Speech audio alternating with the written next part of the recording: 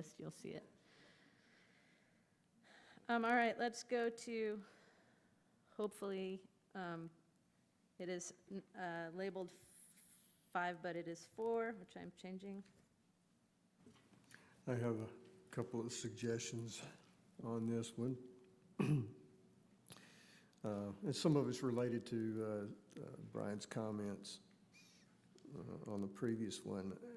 The BLM and Forest Service should explore creative ways to garner additional funding sources. They don't need additional resources. They got all they can handle now, right, out on the ground. Additional funding sources, parentheses, as allowed by law or allowed by statute, close parentheses, outside of the appropriations process that will enable, strike them to, enable effective, strike LY, management of horse and burros, let's not forget the burros, populations, period.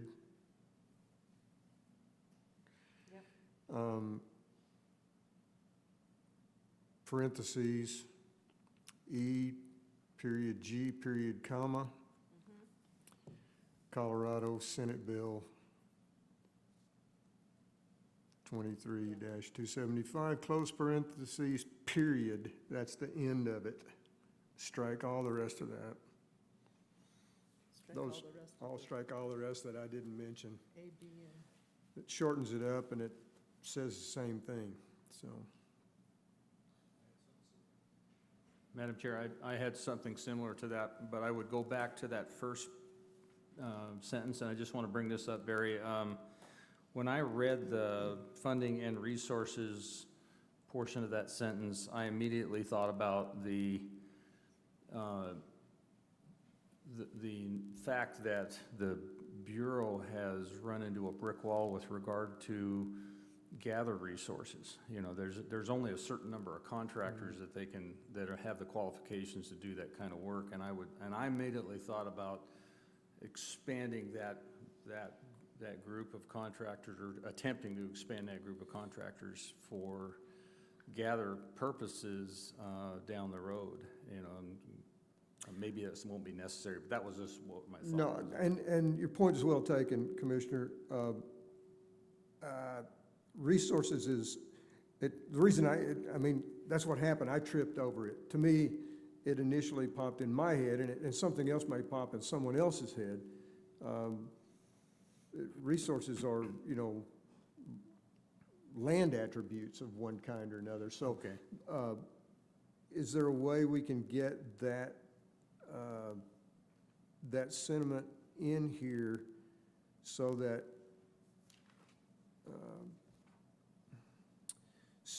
it's understood by all immediately that we're talking about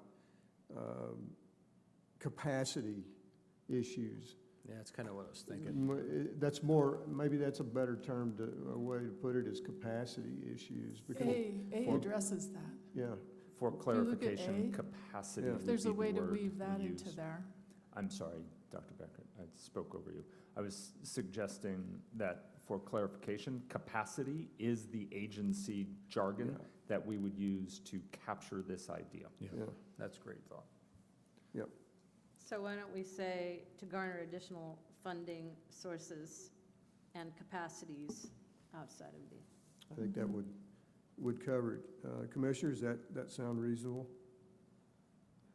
Funding sources and capacity, Yep, that works. or capacities, I guess would be more appropriate. I got it.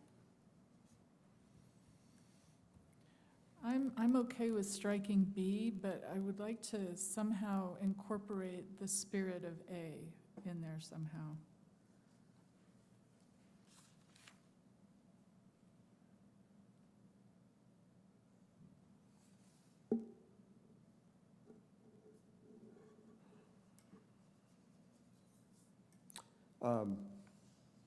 How about at the end of the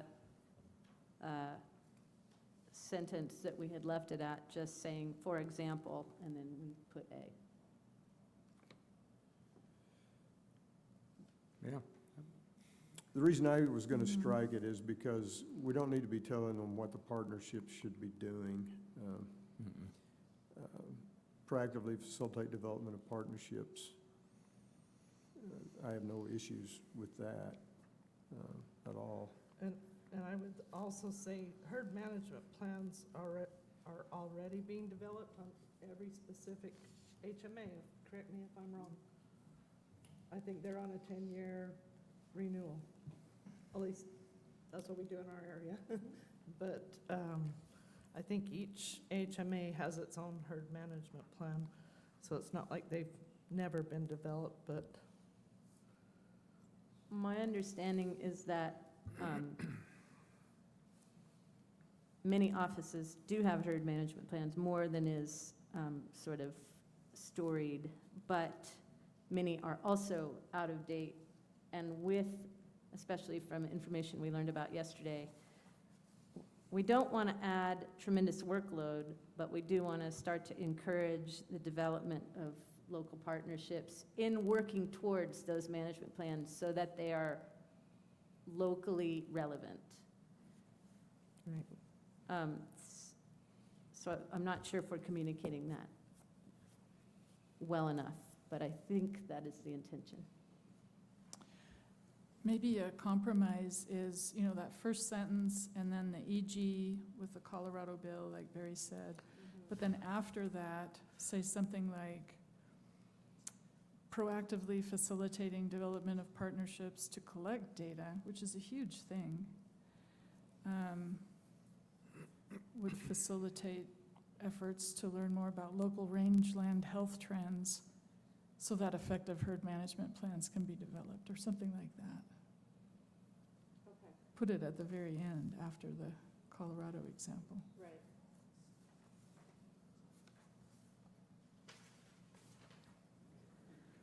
Is that acceptable to everybody? Can we move on? Yep, I can leave it there. All right, the last few are shorter, so So 5, 5, which is 6, which is now 5.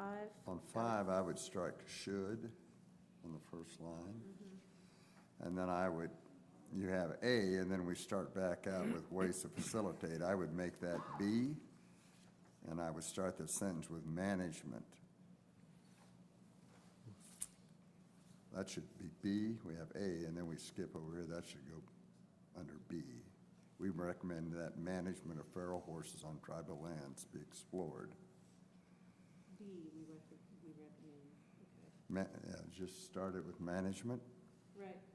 be explored that, and I'd take these horses, I'd just say that horses don't recognize, and I'm not too keen on political, I don't know if you use national or what word you use there, but Boundaries, straight up. I don't know how you want to describe boundaries. I would use national, but you can use whatever you'd like, but I wouldn't use political Yeah, boundaries. that sentence is a little casual anyway. Probably needs to be reset. But I agree, and I want, let's give Chuck and Teresa a roll of Rolaids right quick, because A is going to be a problem for them as well here. So for the same reasons that the Bureau, there's certain things they can do in the budgeting process, but they can't go slam their fist on the table and demand that some things happen. So we're probably going to have to have either or both of them kind of weigh in on that statement as well. But before we do that, we'll give them a second to think about it. The first sentence there, the BLM and the Forest Service should initiate/maintain discussions with other groups. I think we're talking about other governments here, primarily tribal governments, right? With other governments responsible for management of free-roaming horse populations in the U.S. So we move from that idea to the U.S. Forest Service. It's a big jump in logic there. If that was the intent, was to include tribal governments in this issue, because it goes on to say, and on territories that are not undermined by immigration. We also have immigration that probably needs to be included in that too, so immigration and immigration.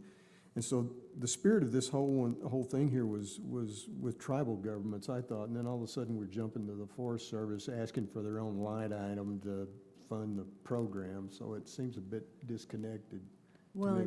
and you put down the U.S. Forest Service advocate for its own separate budget. We already do that, but we can only do so much. Right. Yeah. I thought by leaving that in there, I actually thought the same thing when I read that item, but I think this is an opportunity for this board to weigh in on the notion that there should be an independent budget from them. That was the only reason I left it in there. No, I agree that we should be doing that. I don't know that this is, if we're going to do that in this one, we need to massage the preamble language here, Yeah. so that it's not just specific to other governments. I mean, the Forest Service may be a little independent sometimes, but they're not their own government. Right, true story. Right, We'd have to separate them out. Yeah, I think the intent here was to think more about how horses move. So even if you have a perfectly managed HMA, it's not going to stay that way if it's right next to some other Right. piece of land managed differently. And so the intent was really to look at the two other big groups. But Right. happy to wordsmith however it Right, helps to get that and across. I think you're exactly right, and everybody understands, if you have crowding effects, and then suddenly you release some side or some aspect of that crowding effect, then there's going to be a vacuum that's going to be filled, and that's what we're talking about here, is that immigration You could back and almost, forth across Yeah. boundaries. you could almost take A and move it under the next recommendation. That's a good point. I was going to suggest that, because the Yep. Yeah, the way 'cause you're- this reads, it's Yep. kind of standalone by itself, because the Just- issue about other horse populations other than wild Yeah, horse just and take that burros, whole it's a thing, different drop funding it. source that's going to be dealing Drop with it that. down, right. Yeah. Yeah, no, I agree. So then maybe we can strike A and B, and in the first sentence, just say BLM, U.S. Forest Service, tribal lands should maintain, initiate discussions. I'm sorry, repeat that. So we can do away with A and B in this section, Right, right. but in the first sentence include tribal lands instead of just BLM and U.S. Forest Service. I think that gets more at what Barry was saying too. Yeah, and I would prefer, on a personal note, I would prefer the use of government Entities. rather than tribal lands, tribal governments.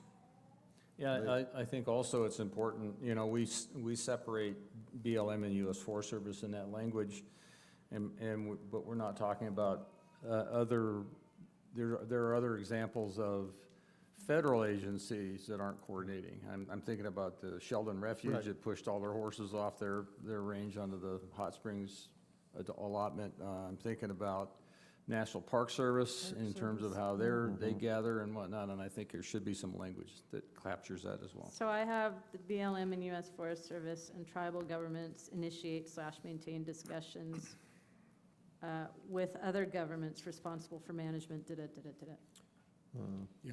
that It- works. It may be other government agencies, because you've already listed tribal governments, so maybe it's with other government agencies. Or after that. entities, might be a word Or you could use. entities. Entities, because are they an agency within the Yeah, tribal Right. law? I'm Yeah. not sure that's a Probably proper better. term. Right. And are we already addressing the states in the previous numbered thing, or would this be included as well, even though it's not really state?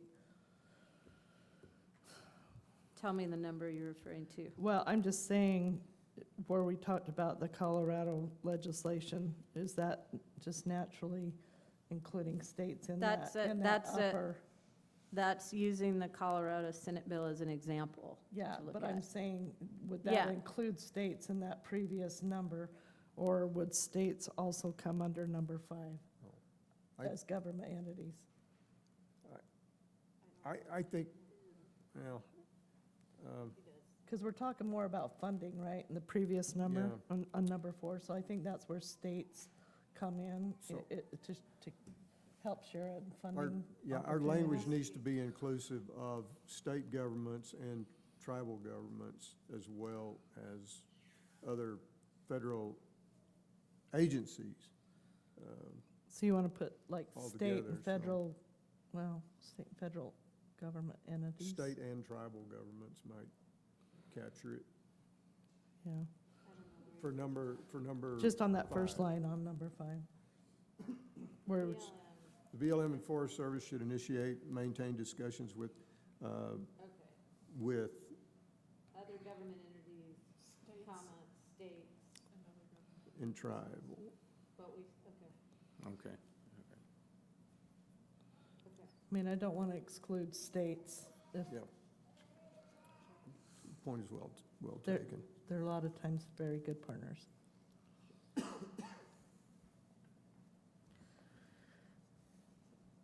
Number 7, which is actually number 6.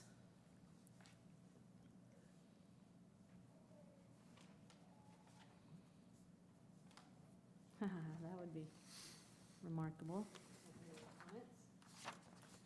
Can we go to the next one? Yeah, we more or less covered that one in the previous one, right? I mean, we really, 'Cause you're- Well, no, number you're dropping 6. the paragraph Number down, 6 is right? specific to an actual sit-down with a facilitator for an updated, especially in terms of what we learned yesterday, cooperating agreement, where both agencies are able to communicate what's needed now, which may be different than, this is the interagency concept. yeah, Okay. because the act says that these organizations are working together. Yeah. And number 6, which Did you is, talk about moving the A and B points under that one from the previous one? yes. Yes. I would change cooperating agreement to cooperative.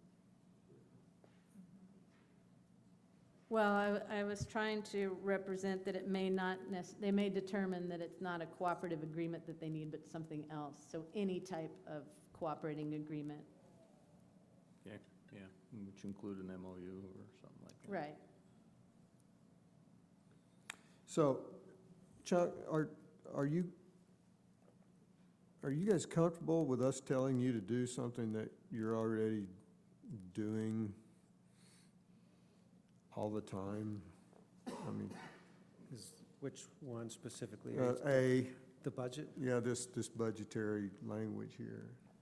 I think it's good for us to have that expressed, that the Okay. board thinks That the that board we're not doing supports it. enough. Yeah. I think from the board's perspective, and I don't want to speak for the board here, but it would seem to me that it would be more appropriate to use the language that you just suggested, which is the board supports the Forest Service's continuing efforts to A, B, and C, do what is stated here. Would that make more sense? Yeah, that works. Good. Okay. It recognizes that we are already trying to do something, but don't stop. So, Madam Chair, our quick sort of sideboard discussion there was, it would make more sense, I don't even know if that's the appropriate way to explain it or not, but it seems as though it would be good to have the board, have the language say that the board supports the Forest Service's ongoing efforts to advocate. For We're its not- own separate yeah. budget. We're not telling them to do it. They're already doing it, so we support that effort Right. for them to join into those activities. Got it. But we're gonna bring that down under 6, right? Under the new number 6. Right. Okay. But does it have to be numbered or as an A, or is it just, No, Brought it'll into just the be brought down paragraph. there. Yeah, we'll Okay, incorporate perfect. it in the. So maybe I'm just slow, but I'm wondering if 6 is just part of what we're recommending under 5. Because 5 is really broad. 5 is saying, have the discussion, and then maybe these could be examples. Like there could be a cooperating agreement and the budget, or is it separate enough? I don't really mind where it is personally, Would but it needs to be clear what it's meant by it, and it seems like it's not. it's 2 different issues, so. I see it as two different things. This particular number 6 is distinct in that it is a process with a facilitator that can help the agencies communicate their needs now, today, and what that agreement is between the agencies. I know there is an existing agreement. There has been discussion of that agreement not being Yeah. complete enough. Maybe if we use the word interagency agreement instead of cooperating, that captures, that interagency captures more the spirit of it than the word cooperative or cooperating. It's a pathway to explore. It's a recommendation for a pathway to explore an interagency management team or something more formal than it is now. And they can decide what that is. We can't dictate to them what it is exactly or what it exactly looks like. But Right. it's a recommendation to explore that approach rather than having 2 entities with. Well, it boils down to as well is that I think, in my mind, I was trying to capture that need for, that was expressed by the Forest Service for a standalone budget within their appropriation. And I think, I was hopeful that the board would express that, because obviously I think that would be something you could take to the appropriators to actually take a look at and say, hey, the board looked at this and made a recommendation and I think that was my thought about it as we were reading through it. So quick question, and more for clarification, because when I think about the existing interagency agreement, which I don't think you all have seen, there is a kind of an overarching headquarters agreement, and then there also are agreements at the states, right, and relationships out in the field. So I want to be clear when we're talking about it. I don't think it's necessary for the board, in my opinion, to recommend the need for an interagency agreement. That direction is given by the authority of the act. It already says that for the Secretary of the Agriculture and Interior to manage wild horses and burros. So I guess I'm not clear on what the question is or the confusion is, and Chuck, maybe you have a better sense of what's being asked here. If it's in support of, if it's the board supporting Forest Service advocating for a budget, then I think that's great, and I think it did state that in the recommendation above. If you wanted to clarify it by saying, the support of this budget to continue work as outlined in the act or something like that, something relative. I don't, otherwise I'm not sure what this recommendation is, and I know there'll be an expectation of a response, and I want to be. Madam Chair, if I could, one of the things that was going through my head, not just the standalone budget, but the comments that I've heard at this meeting concerning off-range holding, long-term holding, and the fact that, Interior's contracts right now are full with regard to on our long-term holding. And there was concerns as to whether or not there'd be a place for Forest Service horses to go in. I was thinking that there needed to be some sort of synergy between Forest Service and Interior, or there would be an opportunity for that with regard to some of the logistics, coming out of their program and interfacing with yours, and specifically long-term holding, short-term holding, and of course, a standalone budget. So that was what was going through my mind. Okay, got it. And I think that Chuck and Eric probably both agree that we definitely have been working on the coordination efforts and upfront planning, which is why we've incorporated Teresa host a meeting, obviously, with the Forest Service, and both Paul and Scott are invited to that meeting. So there's some dialogue, and I think we are improving on the coordination and the planning pieces. Do we have a pasture or a corral specific? Does BLM have a pasture or corral specific for Forest Service animals? No. And I think what Forest Service is wanting to do is begin to care for, house, and contract for their own corrals and pastures. I don't know about pastures, but I know for corrals. And so we're assisting them in those efforts. So I think what I heard you say, Jim, is that you're trying to encourage us to improve on some of that coordination, and I would agree. Yep. That is Yeah. completely the point of it. I don't think anyone here thought that there was not some sort of interagency agreement. I think we were looking for helping to provide you all with assistance for enhancing that process, and maybe, in our minds, that facilitated was the key part, like giving you all some tools to bring in an outside facilitator with that process, which Yep, that was my thought which about some it. people seem to be like yes and some people no. So I think we should just clarify that. And if it's not helpful at all, we should strike it. Yeah, and also all bad to Chuck. I actually don't think it's needed, but if you do, then great. Well, I just keeps coming back to some of the comments offline that I'm hearing about some of those challenges, and I'm thinking back on in Nevada side of it. It's been a while ago, but I'm still hearing comments on the ground on the Sheldon Refuge, for instance, and I wonder about how do we coordinate. Wild horse is a wild horse from how we see it on this board. It's not necessarily an Interior horse or a Department of Ag horse.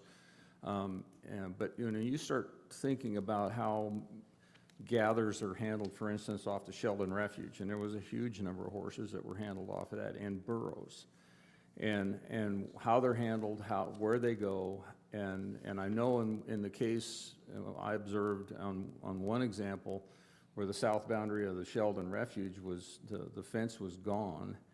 And when they were that contractor was in the process of collecting those horses or gathering those horses, he pushed them right into the Bureau of Land Management portion of it. And there was a huge influx of horses that came off the Sheldon Refuge that ended up down on that Hot Springs Range. And I just was thinking about that from a standpoint of that coordination comment, or that spirit of coordination. And the other one was the National Park Service with regard to burros and whatnot, because I know there was some issues with that off the Lake Mead National Park having to do with burro collection out there and where they went with them and whatnot. And I just wanted to get some clarification on that, and hopefully get some, if there isn't already a spirit of cooperation between all those agencies, recommend it from this end of it. So that was what I was thinking. So I agree with what Holly said as far as where we are. We've been working on it. We've been working together pretty well. We have a ways to go, right? Because two very different programs. We're trying to figure out how we work together. But my question would be, from an agreement standpoint, you'd mentioned other agencies or other entities. Were you wanting to enter into agreements with them for the management specifically? I don't know if they'd be an agreement as the vehicle that I'm looking for. I'm just wondering if that spirit of cooperation that we were trying to get, because they're, depending on who's happens to be running the Sheldon Refuge at the time, or the National Park Service, at Lake Mead, for instance, on those two examples I just brought up, it seems like there isn't an awful lot of synergy going on with regard to that. I know there was a lot of concern on the ground during the process of those collections. I just wanted to get that out on the table. Based on what I'm hearing from Holly and Chuck, I'm wondering if this was an addition to the original recommendation, and it seems to overlap with what we are recommending earlier, which is, partnering, broad partnerships for everything. And it's not specifically that we're looking for an agreement, so I would propose that we strike that and make number 6 the U.S. Forest Service budget. And just keep it simple. I'm fine with that.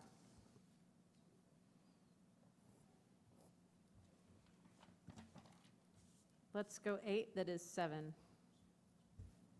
If you all are ready. I'm ready, yeah. All right. Dr. Lenz. So, this is kind of confusing to me. And so what I would recommend is we go back to the initial recommendation, which is the board supports the commitment of the agency to the CAWP and recommends continuing internal training and increasing public education opportunities to aid in demonstrating the level of care, handling, and treatment provided by the Wild Horse and Burro program. I think that's a lot more succinct, straightforward. The level of care. Just use that initial, use our initial recommendation rather than getting into the weeds here. Yeah, I concur. I was about to write almost the same sentence. It's very, confusing.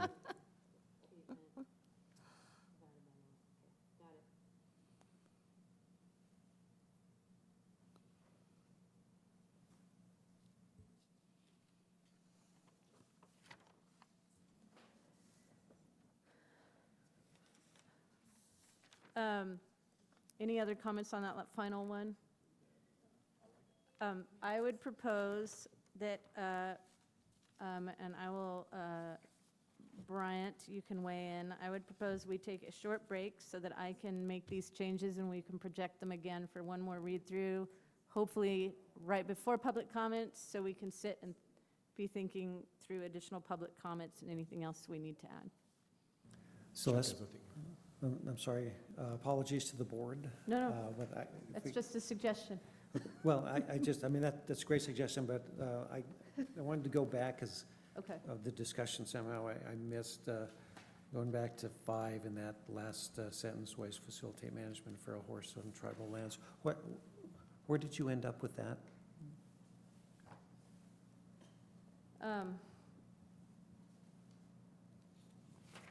Number 5 is going to be the BLM and U.S. Forest Service and tribal governments initiate/maintain discussions with other entities, with other government entities and states responsible for management of free roaming horse, and then on it goes. And that 7, instead of being what is seen up on that screen, is essentially going to be that A that is up there on the screen right now.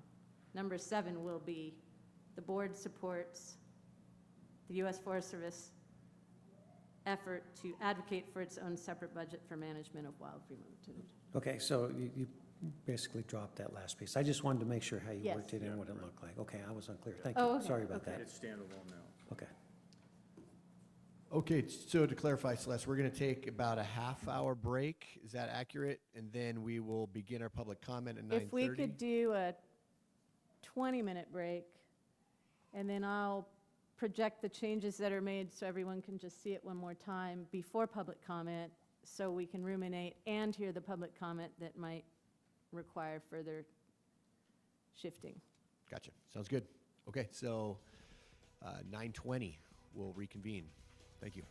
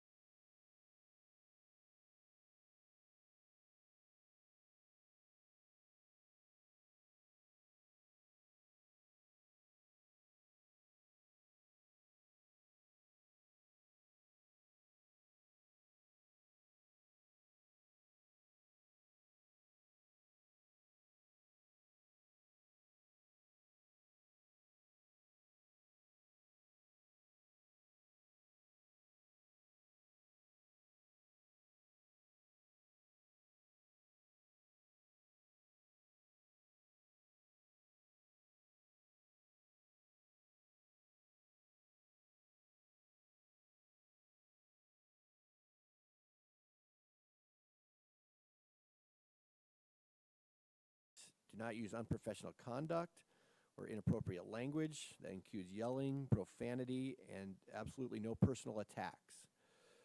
Anyone disrupting this meeting may be muted or asked to leave. Written comments to the board can also be submitted through the conclusion of today's meeting at WHB Advisory Board at BLM.gov. Violating or disregarding any of the rules may result in being muted or removal from the meeting. The BLM and Forest Service appreciate the public's cooperation to maintain these rules for the benefit of all involved. Further, the board, the Bureau of Land Management, or the Forest Service will not respond to comments. This should not be interpreted to mean BLM or Forest Service agree or disagree with anything said. The chair reserves the right to comment on any factual inaccuracies that may be shared during public comment. So as mentioned, we'll begin with our virtual public comment and then go to our in-person. If you did sign up for in-person public comment, if you can locate yourself in these first couple rows, that'll make it easier for transitioning from one commenter to the next. As usual, I will announce who is the first commenter and who is on deck. If you're on the virtual space and you can raise your hand virtually, that'll help put you at the top of my list. When I announce your name, we'll allow you to unmute and you can begin speaking. You'll see a countdown timer on the screen and you'll have 3 minutes to provide your public comment. So for our virtual session, first we have Grace Kuhn and Maria Millman is on deck. So Grace, I'm going to allow you to speak. You can unmute and start when you're ready. Perfect. Can you hear me? Yes. Okay, great. To the members of the advisory board, my name is Grace Kuhn, Communications Director for the American Wild Horse Campaign, and I'm speaking today on behalf of concerned citizens who are deeply invested in the welfare of wild horses and burros. We are troubled by the upcoming roundups of the wild horses, which are set to commence tomorrow. One of our main concerns lies with the inhumane practices and violations of the Comprehensive Animal Welfare Program, or the CAWP, that have been observed during roundups last year conducted by the Bureau of Land Management and its contractors. These violations have included, but are not limited to, running foals in high heat for extended periods, resulting in the tragic deaths of more than a dozen in just one operation due to capture myopathy or foundering. Funneling over 120 stressed Mustangs into temporary corrals entirely too small for the volume of animals, resulting in the pen collapsing and multiple deaths. And of course, deaths caused by suffering broken necks, skulls, legs, fetlocks, excessive and improper roping, and excessive pursuit. Last year, the BLM initiated CAWP assessments in response to a directive from Congress. These assessments were meant to identify violations during select roundups and holding facilities. Shockingly, despite witnessing an employee striking a burro in an abusive manner, the final CAWP assessment rating for that particular operation was deemed as, quote, excellent, with 96% of applicable standards being met. While the CAWP team did recommend that the responsible employee be removed from animal handling tasks until they received proper training and were observed to be in compliance, it's disheartening to see that someone who abused a federally protected animal is given a second chance. In another instance, during a roundup on the California-Nevada border, the CAWP assessment team reported excessive use of electric prods during the handling and loading of wild horses and burros. This is just one of the many violations documented, yet the overall assessment for that operation was considered, quote, good, with an 82% rating. No recommendations were made regarding the employees involved in the excessive use of the electric prods. Our organization will have observers on the ground for the next few months, diligently documenting to the best of their abilities these egregious violations. However, it's become increasingly difficult to obtain even meaningful access to these operations as the BLM restricts public viewing. Photographers are placed up to 1.5 miles away from the trap site, severely limiting transparency. This lack of transparency, coupled with an oversight team that deems a contractor striking a federally protected animal as excellent, is deeply concerning. We request that this advisory board make recommendations to improve observation at gather operations, allowing for greater transparency in this program. Additionally, we urge the establishment of an independent CAWP team that does not consist of agency employees. These measures will help ensure the protection and welfare of our cherished wild horses and burros. Thank you for the consideration. Thank you, Grace. Up next, we have Marie Millman, and the next person that is with us here, Amelia Perrin. If you did sign up for this online public comment period and you've not yet joined the meeting, please do so by the conclusion of the online portion, and at that time we're going to move forward with the in-person comments. So again, Marie Millman and then Amelia Perrin on deck.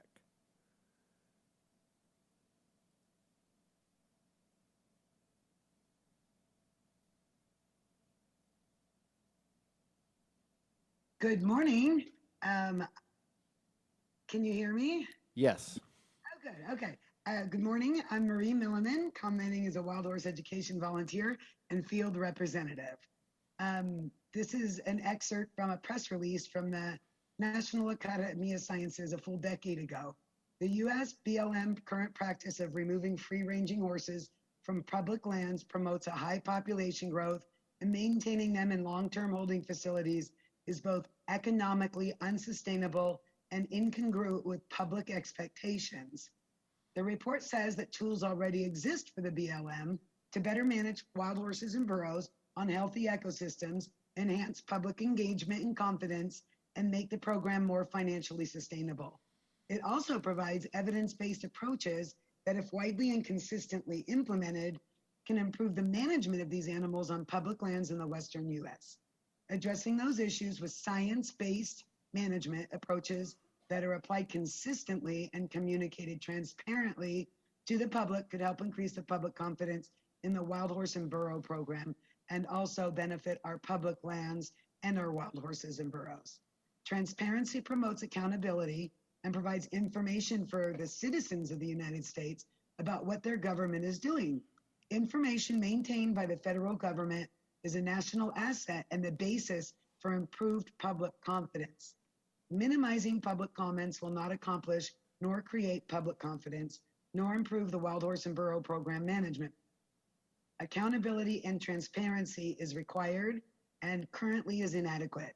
There are no records online in regards to portal for flight data, rangeland health data, vet reports, facility data, facility reports after gather, etc., of which increases the workload of the BLM employees by responding to FOIAs and other external communications. A reduction of paperwork could partially be accomplished by making the data publicly available. The Gather update pages provide minimal information, but yet the BLM recommends to check the website. An emerging catchphrase of the BLM appears to be, doing hard things is so complicated that they can't do anything because it's so complex. BLM accomplishes moving mining, green energy, oil and gas projects that are much more complex than wild horse and burro management, but yet the wild horse and burro management program is paralyzed and reverting back to over a decade ago. My recommendations are the BLM to create HMAPs as defined in their handbook, the BLM to develop an acceptable process for accountability on behalf of its employees and contractors, and the BLM is to develop a transparent portal for the public to access any factors affecting the wild horses and burros in the public land that they stand. Thank you very much for the opportunity to speak today. Thank you. Okay, so we have Amelia Perrin up next, followed by Lori Ford.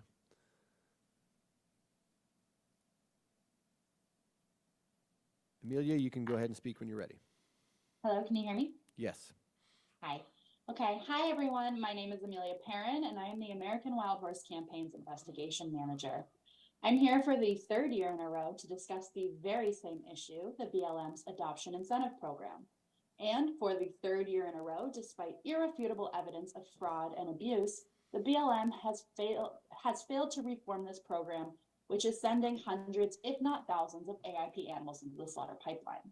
The BLM has a legally mandated responsibility to ensure a humane outcome for all captured wild horses and burros. As my work has demonstrated year after year, whether the BLM is inclined to face the facts or not, this program is violating that responsibility. We've documented over 1,500 wild horses and burros in self-described kill pens. Even worse than that, we've identified groups of related individuals defrauding and cheating the American public out of hundreds of thousands of taxpayer funds and commercially exploiting wild horses and burros. All while the agency sits idly by, turning a blind eye and turning its back on the very animals it's supposed to protect.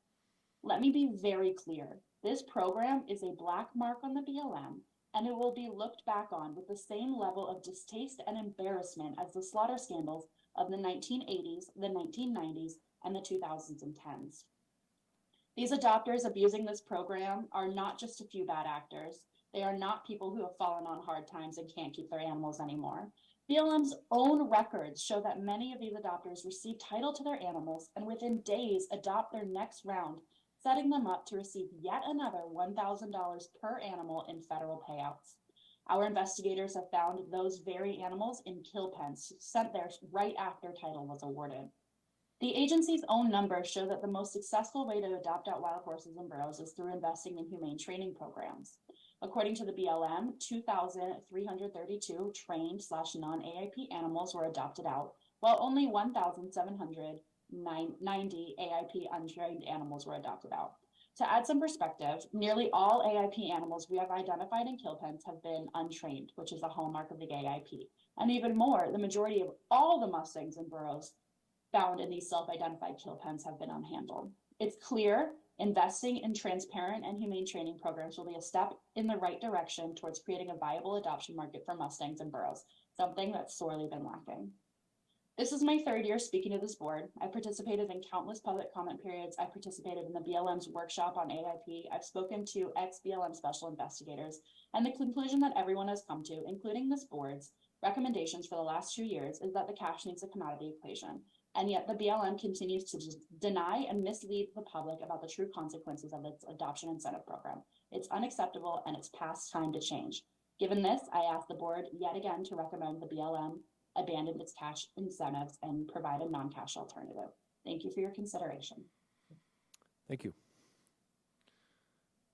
Okay, so Lori Ford is up next, and then we'll go to Pamela Zamel. So Lori Ford. You should be able to unmute Good. yourself and begin. Oh, go ahead. I Is can that hear good? you. Okay, good morning. Lori, it looks like you muted yourself. How's that? We got you. That's good. Okay. In 2020, the board recommended BLM identify the behavioral, physiological, and social differences between wild horses and burros so that burros could be managed accordingly. The BLM has yet to follow this recommendation and still manages burros like horses.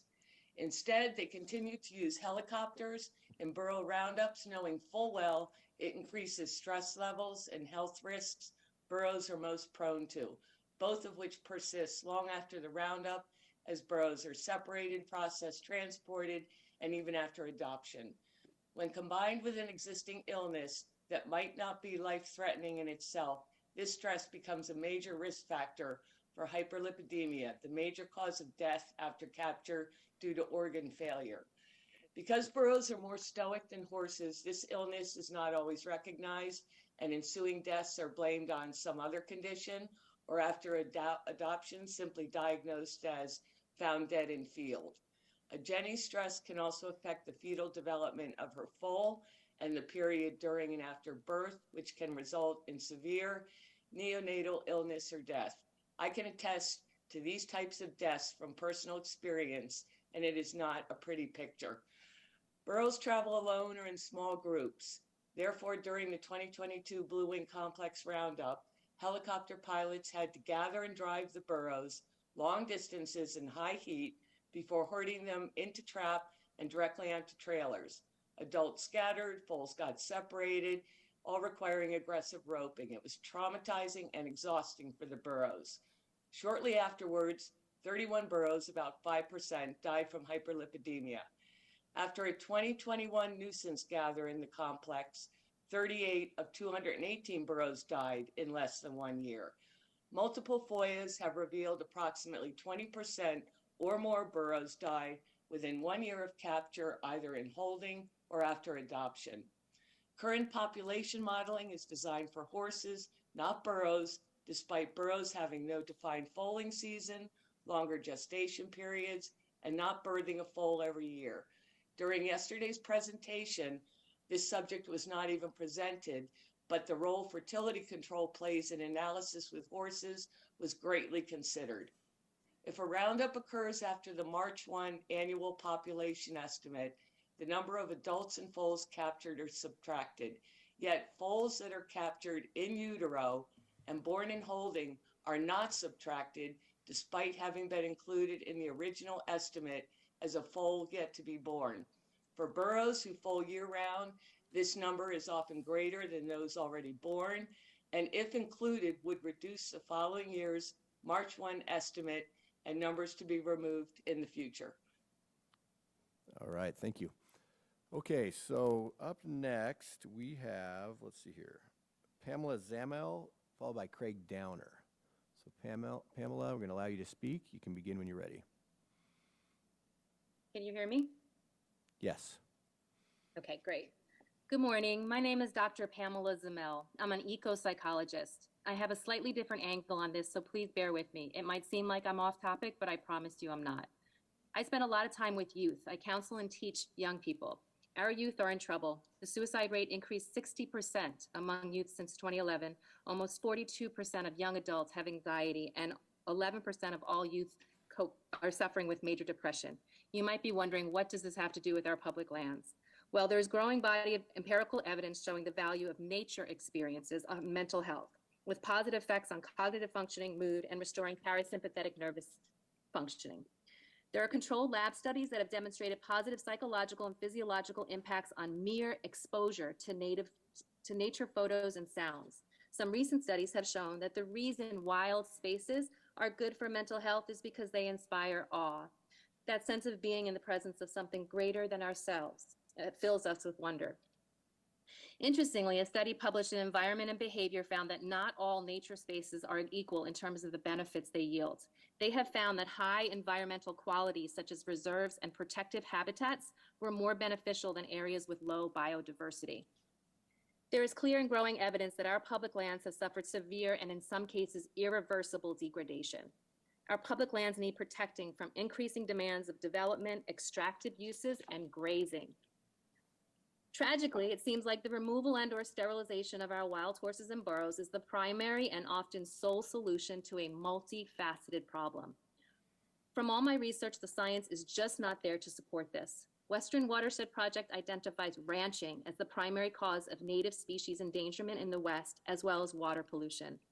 More recent studies are proving that not only are horses and burros a native species, but they're also a keystone species, contributing to healthy soils, seeding plant diversity, breaking frozen water sources for other species, and even foraging on dry, flammable vegetation, reducing wildfire threat for us all. The science is very clear. As far as wild horses and burros are concerned, they're a natural resource that should be protected, not eliminated. My ask is quite simple. I would like to see environmental impact studies done on each HMA individually and by an independent third party, expert, not local, so that each area can be approached and planned for as a protected habitat, independent of old alliances and historical precedent. There should be no roundups until this is completed. Public health, mental health, and public lands are more intertwined than you might think. Please keep our youth and future generations in mind when making your future decisions about land management. Thank you for your time. Great, thank you. So up next, we have Craig Downer, followed by Lindsay Baker. And just a reminder, if you did register for this online public comment period time and you have not joined the Zoom meeting that was with the link that was emailed to you, please do so before we conclude our online public comment. Once we move to the in-person, the online portion will conclude. So Craig Downer, you're up next, followed by Lindsay Baker. Craig, I'm going to let you speak. You can unmute and start when you're ready. Okay, my name is Craig C. Downer. I'm a wildlife ecologist with the Wild Horse and Burro Fund in Minden, Nevada. Our public lands today are being taken over by overly subsidized ranchers, and America's last remaining wild horses and burros are being swiftly displaced by hordes of domesticated livestock, as well as other exploiters of the public lands. Several million cattle and sheep are being given or allowed to illegally take the great majority of the forage and water, even within the millions of acres of legal habitats of the wild horses and burros. This is contrary to the unanimously passed Wild Roaming Horses and Burros Act that is being shamelessly subverted and made a mockery of because of lack of law enforcement. Those of us who still possess an alive conscience must rise up and assert the rights of the wild horses and burros to adequate year-round habitat sustain long-term viable populations are herd, and people must stop messing with their most intimate reproductive system. This causes them terrible suffering and disrupts their social bonds. It counters natural selection and impedes their ability to survive. On BLM and U.S. Forest Service lands, less than 100,000 wild horses and burros survive throughout the West. This compares with millions of deer, elk, and other hunted animals, while their natural predators, such as mountain lions, wolves, bears, and coyotes, are cruelly exterminated by millions of dollars of taxpayer money given to animal services and other such agencies. Predators are the natural balancers and owners of the species upon which they prey. This equilibrium in the life community ensues when they are removed. All this sick, sadistic, and ignorant situation must simply stop. Wild horses and burros are natural gardeners who restore ecosystems. They are preyed upon and scavenged when they pass on. They seed many plant species, including natives, and enrich soils, all through their dropping. They open thickets and break ice-crusted forage plants and iced-over water sources. And they also sniff out underground water and paw down to it, creating natural pools. All this wonderful natural behavior makes food and water accessible for small, weaker animals. They create desert oases upon which a great number and variety of amazing animals as well as plants depend. Horses and burros are returned native keystone species for entire ecosystems throughout the West. This has been proven by meticulous and honest scientific studies lasting many years. We must stop the obnoxious disinformation campaigns, the lies about the wild horses and burros. Thank you. Okay, up next we have Lindsay Baker, followed by Sandy Force.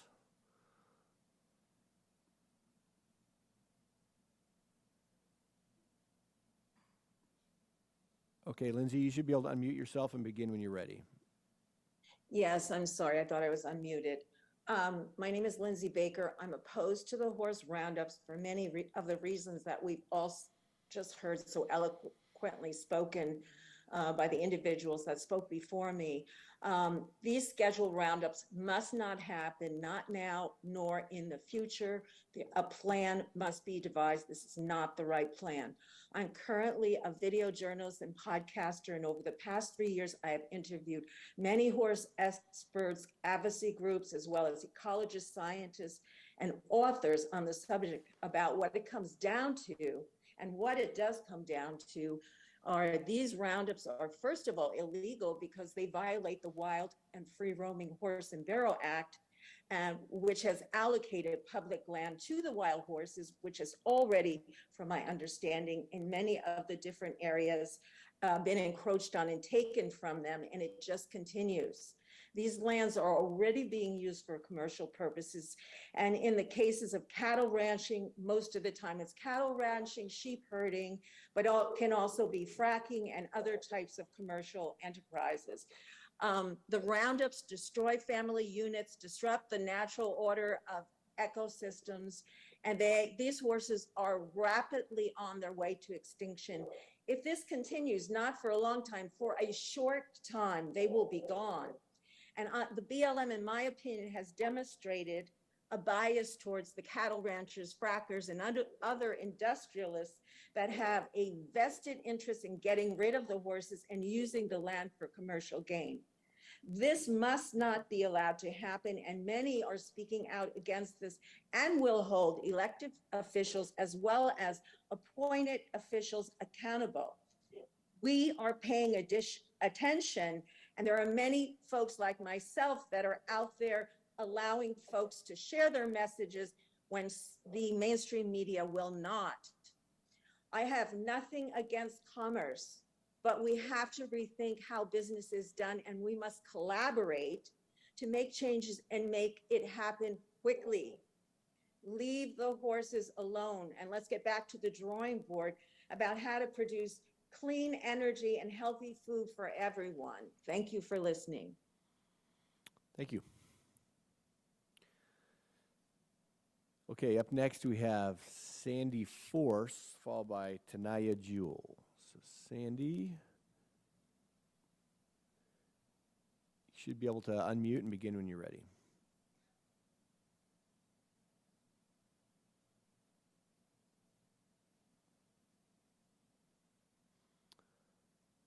So Sandy, it's you. If you have the control now, if you want to unmute. I did unmute, Oh, sorry. Nope, you're there. Thank you very much.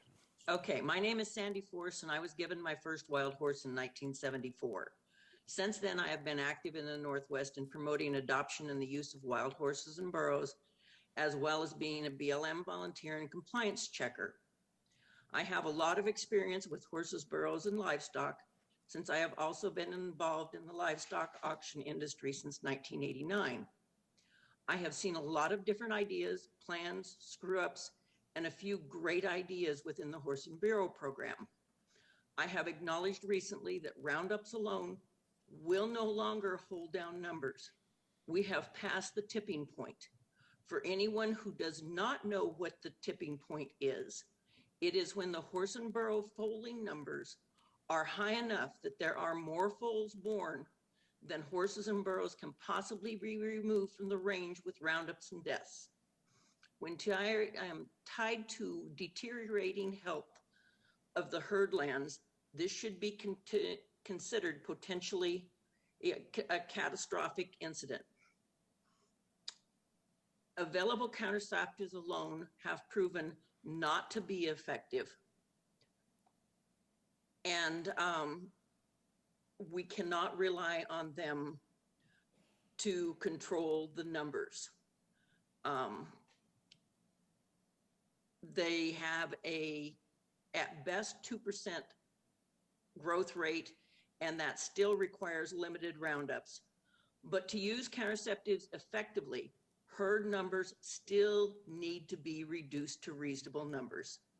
If you add to these management methods currently available a spay trial on older mares to run on a larger herd, I think you would find that the BLM could actually get numbers back close to or at AML. I understand that a lot of people have a knee-jerk reaction to the idea of spaying wild mares, but the time has come to face the fact that we need spaying. This spaying would take place at BLM and U.S. Forest Service corrals. It doesn't matter whether you use Dr. Leon Pilstick's method or an alternative ones. The trials need to run, and any organization that actively tries to pressure a vet school into not working with the BLM on oversight needs to be called out and sanctioned by the public.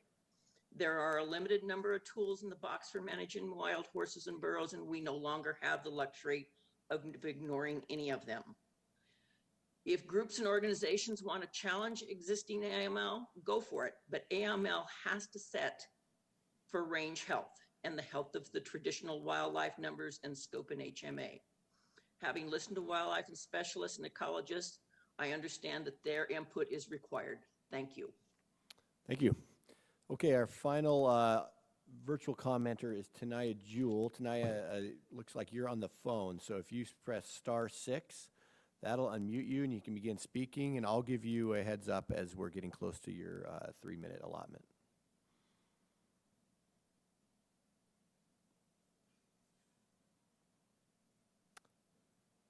So Tanaya, yep, there you go. Okay, there I am. Okay, hello. So the public is demanding that conservation be prioritized in land management, and the government is starting to move in this direction. I've started to see resource management plans that place ecosystem health as a top priority over other uses. So things are changing finally. I would hope that this committee is open to change. For one, the current standard operating procedure of endless, inhumane, and unnecessary roundups is archaic and totally unsustainable. I believe the linchpin holding this type of management in place is the BLM's insistence on labeling the horses as feral and/or non-native. This too is very archaic and out of touch with modern science. This needs to change. The latest science is clear. The historical narrative that we have been told just doesn't hold water.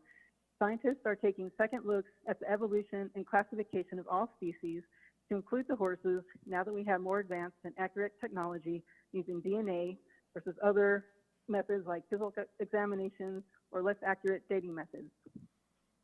What the data is showing is that the horses persisted in parts of North America before, during, and after the Pleistocene era, where they were previously believed to be extinct. The horses were present here before Columbus sailed the ocean blue. Molecular biologists, geneticists, paleontologists, archaeologists, museum curators are confirming the data, as well as some Native Americans who say their ancestors had horses all along. I'm a laboratory scientist, and my lab uses DNA technology to confirm our test results from other methods. There's no disputing it. This technology is solid evidence. If we want the most scientifically correct term for the horses, this feral/non-native nonsense needs to stop. And I know it's not coming completely from a place of ignorance, but it's used to sell the public on these roundups. The ancestry of the buffalo is Asian, but that does not disqualify it from being counted as native here. The moose is similar. It was a very late immigrant from Asia at the end of the last ice age. It's still considered native. So why are the moose and bison native yet the horse isn't, even though the horse originated here in North America? Now, would correctly classifying them as native make a difference to people from industry or livestock operations? I'm going to say no, because they go after all the other wildlife too, but it would make a huge difference to the public at large who are relying on this type of information to make informed decisions, who, as I said before, are 30 demanding seconds, Tanaya. conservation. The majority public wants the horses to remain free, to be prioritized for preservation and given their land back that was originally designated for them in 1971. Their numbers are currently close to extinction. They are definitely not overpopulated, and unfortunately, we are heading in that direction again of extinction if we don't change. Thank you. Thank you. Okay, well, that concludes our virtual segment for the public comment period. We're now going to move to the in-person, and similar to our prior commenting periods, the allotment will be 3 minutes. So in-person commenters, you'll see the timer on the screen in front of you. So please do keep your comments to 3 minutes and use respectful language. So let's go ahead and begin. We first have Jim Settinger, and then Reg Coleman Taylor is on deck. So Jim.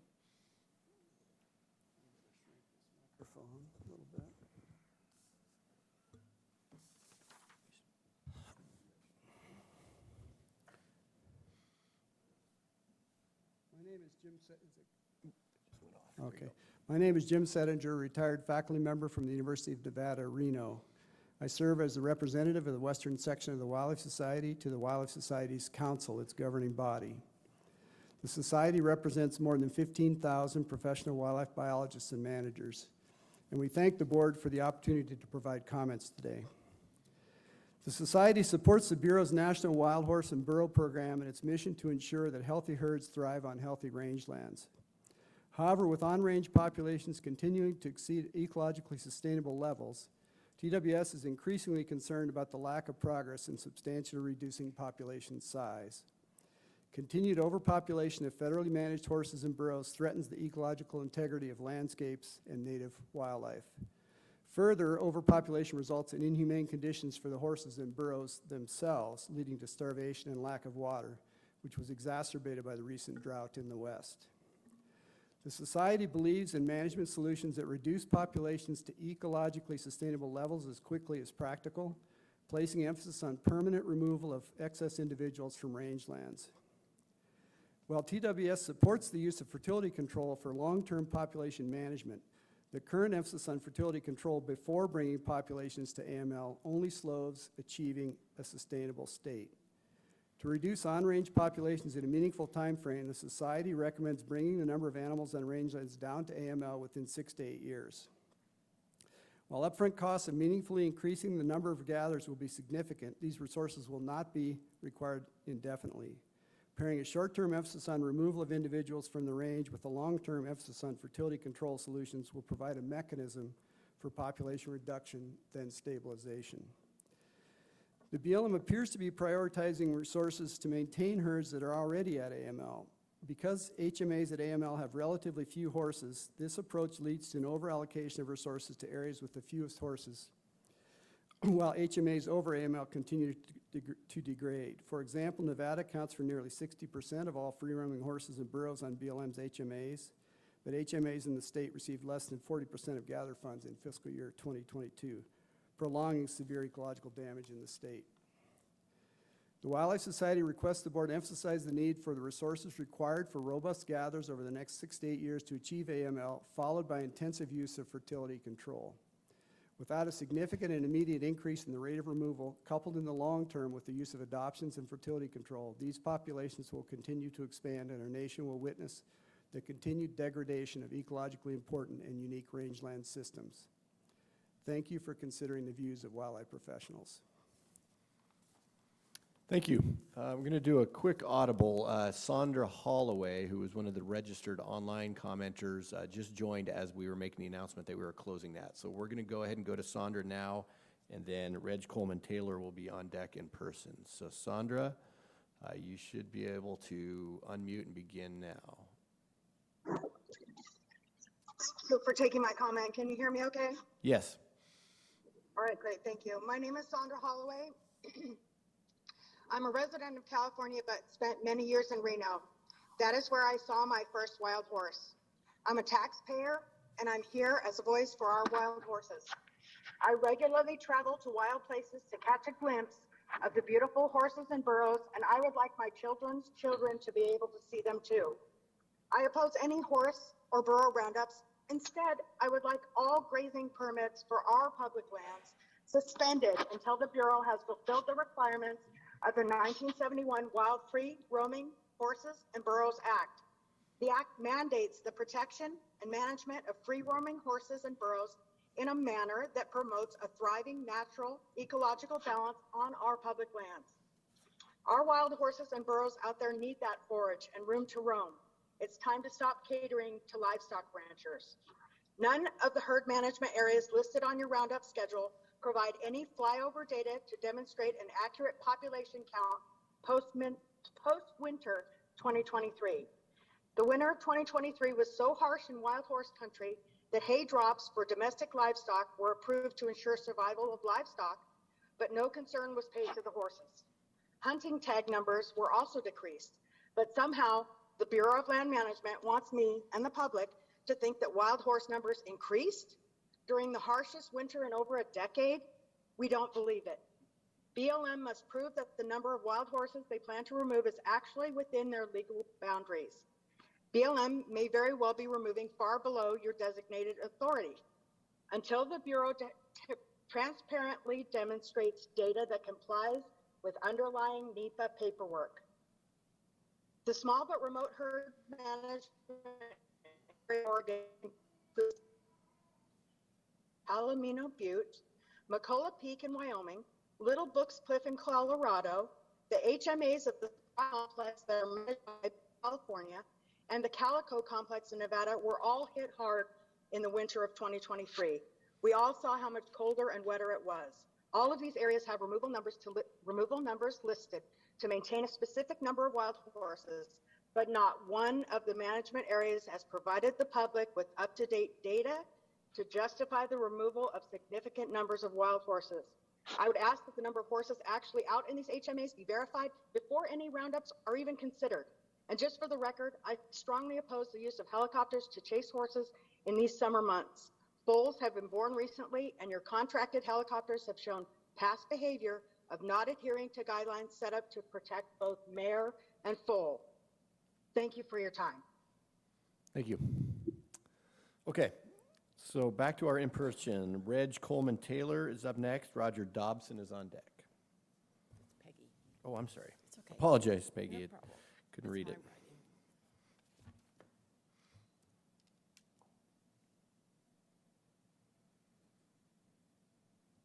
Am I on? Yep. Okay. My name is Peggy Coleman-Taylor, and I support the Wild Horse Fire Brigade. In our world, has undergone profound changes necessitating a shift in our thinking towards new solutions. One significant issue we face is a decline of wildlife herbivores. Biologists have pointed out that the mule deer habitat has been fragmented by roads from oil, gas, drilling, and mining, rendering it inhospitable for wildlife. Shockingly, despite this knowledge, the BLM in 2016 allowed up to 15,000 new oil and gas wells in critical deer habitat. Colorado Parks and Wildlife even blamed predators to be hunted, diverting attention from the real cause. The Peon's wild horse herd also occupies this area, highlighting the disregard for their protection by failing to prioritize their HMA habitat. These actions are concerning and warrant attention. Furthermore, the killing of ravens and the eradication of wild horses in the name of protecting sage grouse is another misguided approach. Sacrificing two species to save another is morally questionable. It is interesting to note that cheatgrass actually came into existence when cattle were introduced to the West over 150 years ago, overgrazing the land. The information presented wrongly points fingers at horses for the cause of cheatgrass. Additionally, while it is repeatedly mentioned that livestock grazing in the HMAs is allowed in early May, if it is detrimental to the range's health, why is it permitted? Alan Savory's thought-provoking TED Talk, killing 40,000 elephants, believed to be the cause of land degradation, paralleling the plight of the wild horses, turned out to be the worst mistake of his life. The health of the land worsened, emphasizing the interconnectedness of all living beings and the need for harmony in our ecosystems. Let's not repeat the same mistakes with our wild horses. It is essential to recognize that God created all living things with a specific purpose. Horses, being one of the largest herbivores, are designed to be fire mitigators and are nature's farmers via reseeding. The Wild Horse Fire Brigade presents a solution to rewild excess wild horses in areas where apex predators thrive, and thus allowing the wild horse to live wild do help prevent catastrophic fires that ultimately cost taxpayers hundreds of billions of dollars. When it comes to managing wild horse populations, we must consider the potential dangers of fertility control, which can disrupt the genetic balance of the herd, as well as herd sizes under 150 to 200. Insufficient researches on drugs like Gonacon raises concerns, as more than one dose can potentially sterilize these animals. It is worth noting that using experimental drugs on wild animals used to be considered inaccessible. Efforts to slow down population growth through the use of fertility drugs aimed at preventing roundups have proven ineffective. Native wild horses are still being rounded up in unprecedented numbers. The approach is slowly killing our horses with toxins. Serious corruption within the AIP program is evident, and it's time to shut the program down to preserve the honor, the wildness of these horses. Dumping burros and sending BLM AIP horses to slaughter is a tragedy. I personally am getting these rescues, and the compliance checks are Okay, obviously not thank you, in Peggy. transfer. Okay. Thank you. Roger Dobson is up next. Jackie Chambers on deck. Good morning. Thank you for the opportunity to speak. My name is Roger Dobson, Director of Tribal Cultural Resources for Protect the Wolves, a tribal member-founded organization who works to protect all of our children's resources. I have to call into question of whether the models that were presented yesterday for the advisory group was done only using horses. I heard no mention of other species to include livestock, sheep, and/or wildlife, which is extremely concerning. It is the responsibility of the BLM to protect not only our children's resources, but our children's land. We are but the caretakers of their wildlife and lands. Yesterday, the panel also mentioned you can't focus on just one species, yet you only appear to be focused on one species, being horses. The advisory group suggestions today will either prove this statement correct or inaccurate. We do not consider cattle. We do need to consider cattle that is allotted 60% of the food production. Horses and wildlife are restricted to 40%, so the species need to be targeted equally, not just horses and wildlife, to begin to bring back the healthy lands. We also have to include water usage, while knowing that a cow-calf pair's water requirements are more than double or more when compared to horses. The cow-calf pair in this scenario is based on the low end, which would require 105 to 110 liters per day, which doubles if in fact it's a lactating cow, compared to 49.205 liters per day for a horse, which is towards the higher end. Please take real data into consideration for focusing on all species involved in equal focus. If the above is not brought honestly into the conversation and suggestions, you will continue to cause our public lands to degrade. Further, I have serious concerns about BLM's new euthanization policy, which to me, conflicts with your current inhumane treatment policy. It allows you to euthanize basically a wild horse for any reason, whether it's loading or it's not being friendly. Transparency has been brought up in the last several days, and we demand more transparency. Cameras at gathering and holding pens, as well as front and sides of helicopters. At this point, the public sees you as very untransparent, hiding facts to the point of keeping your actions private and hidden from public view. Further, this new policy language allows BLM more discretion to move horses to holding before euthanizing them in order to keep the reported on-site euthanasia death rate lower. How is that honest and transparent? Thereby throwing your statement of wanting more transparency right out the window. Again, with your desire to be transparent that you claim you're wanting, your regulations are now hiding your bad actions. You can now euthanize a horse for having a bad day. That's not humane treatment. Further, why are NEPAs not completed for each and every roundup? It appears to be just another form of hiding the facts and being untransparent. Thank you. Okay, thank you, Roger. Jackie Chamber, followed by Ginger Fedak.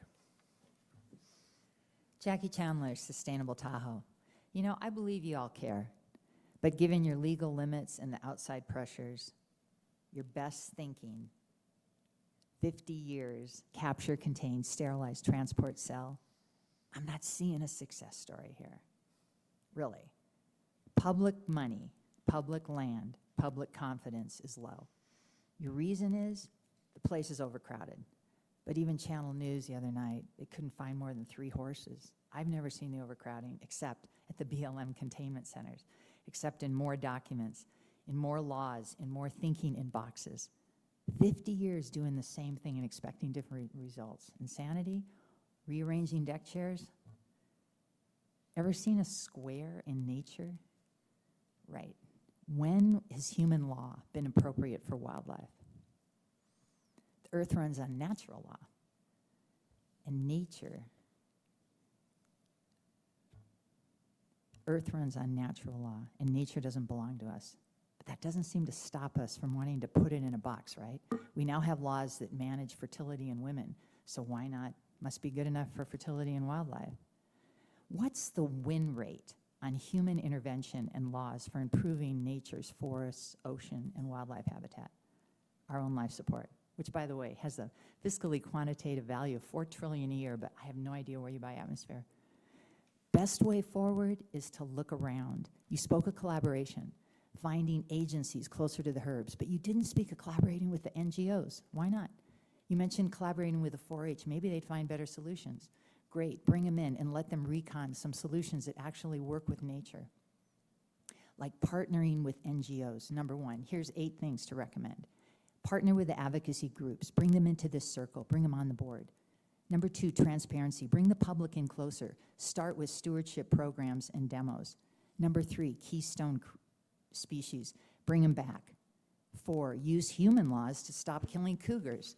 5, stop subsidizing livestock, mining, hunters, and developers. 6, subsidize wildlife preserves. And you know who'll sustain those? Tourism industry. Wildlife industry is in the billions. Fire brigades, number 7, proven to work, green jobs for riders, trainers, and docents. And what do you need to make different decisions so that we can leave a 50-year rearranging deck chair trail of blood? Well, the best way forward is to look around. Number 8, hold these meetings outside with nature, with the horses. Bring the horses in, ask them what they need. Let nature and natural law lead us and you out of the box. This isn't who we are. We are walking bags of water, living and thinking in boxes. No wonder. No wonder. Thank you. Thank you. Ginger Fedak is up next, followed by Linda Greaves. Hi.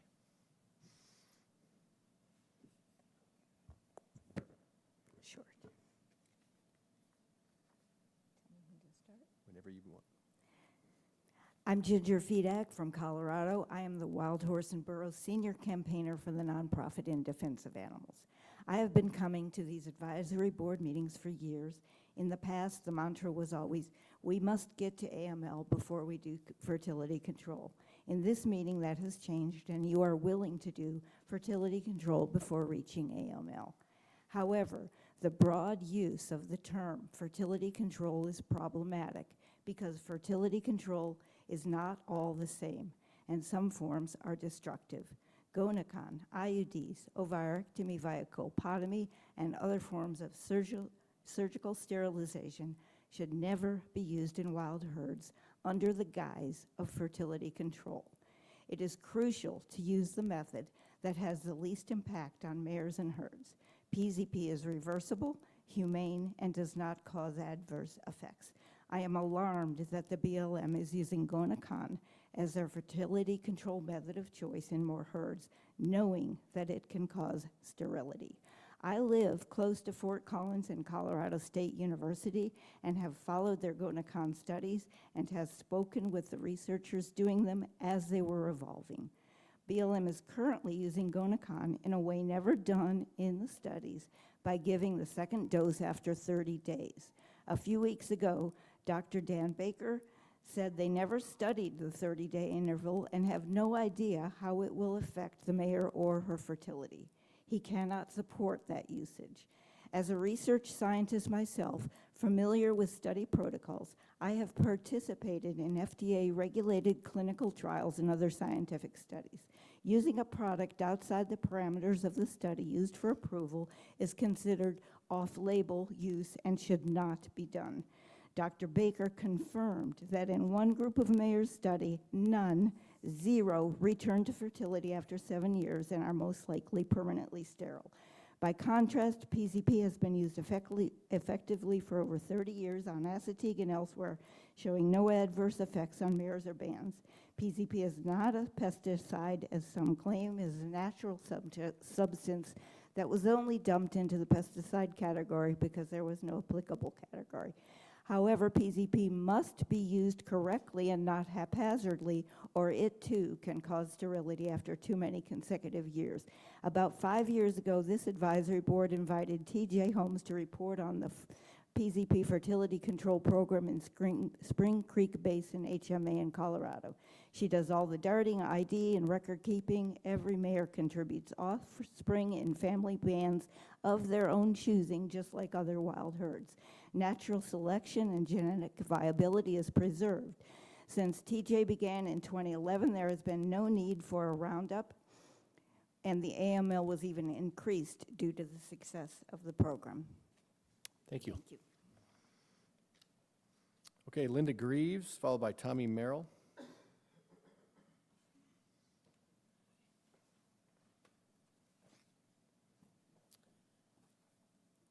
Hello, I'm Linda Greaves. I'm going to hit a few points I think are important. First, we had an extremely harsh winter with many deaths, so real counts need to be done before any roundups. Science needs to be embraced and looked at often. Examples in the last 2 years show that Equus cabalis, which is the current horse, is the same that evolved here. Also, horses were here again by the 1600s. All around the world, rewilding is being done with wild horses. We need to be doing this on our HMAs. When done, native species do return after generations of being gone. All range management has to start with livestock, as horses and burros are only on 11% of public lands. While most BLM land is failing range standards, per BLM, cattle are the #1 cause. I only hear about growth control as management. Where are the plans addressing range improvement projects that would help all the animals thrive and save money long term? This is how to get healthy horses on healthy lands. Also, gelding males is useless as it only takes one stallion to cover every mare. Off-range pastures need to be addressed as no shade barriers, no shade, no wind breaks. Winnemucca needs to be scrapped. It is in floodplain. It is not suitable for horses. Cleaning pens 4 times a year is unacceptable. All holding needs to be open to the public. At roundups, you talk about acceptable deaths and injuries. They are not when caused by lack of care. The numbers do not show the deaths in holding afterwards either in these numbers. Vet reports need to be made available to the public again. AUMs, cattle today often outweigh horses and drink 25 to 35 gallons of water while wild horses drink 15 to 20. Also, cattle outnumber horses when on the range 30 to 1 or more. And they are on the land when the critical growing is going on, as discussed yesterday. AMLs, when horses are protected in 1971, it was due to critically low numbers of about 27,000, which is about the current BLM. But BLM has taken them to low AML, which is under 18,000. AMLs will be addressed in HMAPs with less than 170 HMAs. You lump these horses together, but there are HMAs with zero AMLs, 12 have under 10, 53 have under 50. None of these are genetic viable. All 16 HMAs have animals, only 16 HMAs have AMLs of over 200. All 26 million acres, you add sterilization, and many of these herds have no chance of survival. Justification for roundups. Salt Wells is over 1 million acres, and they plan to zero it out. Why? Also take McCullough Peaks, where they have a successful management program, and are only a few over AML. Half of that herd are seniors. In the next few years, they will lose many. Again, why? How much is this going to cost us? And I agree with what Ginger says about birth control, and also want to point out Gonacon has had no feed-through studies. If a mare dies out on the range and other animals feed on it, we do not know the results of what that birth control will do to these other animals. And we need to know this before these animals are put on this goes into our public lands. Thank you. Thank you. Okay, Tommy Merrill is up next, followed by Hayden Ballard.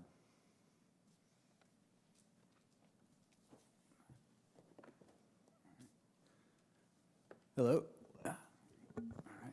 Thank you for the opportunity to speak. My name is Tommy Merrill. I was born and raised here in Nevada. I'm a tribal member of the Premier Lake Paiute tribe. I've been a hunter my whole life, and in my lifetime I have seen springs trampled, and springs that used to support a diverse group of animals are now mud pits or dried up in some cases. Horses have no natural predators. It's easier to hunt and take down smaller game. They're not as dangerous to a cougar, Their size also enables them to bully native wildlife away from resources. I think instead of more holding facilities and huge roundup operations to sterilize these animals, we should be managing them in the same way we manage other big game, through hunting. If given the opportunity, tens of thousands of hunters would happily help manage these horses, while filling their freezers and feeding their families. I'm not saying all horses are bad. They need to be managed. Too many horses on the land means the land suffers, the native wildlife suffers, and the horses themselves suffer. Yeah, that's it. Thank you. Okay, we have two remaining, Hayden Ballard, and then our final commenter will be Sherman Swanson.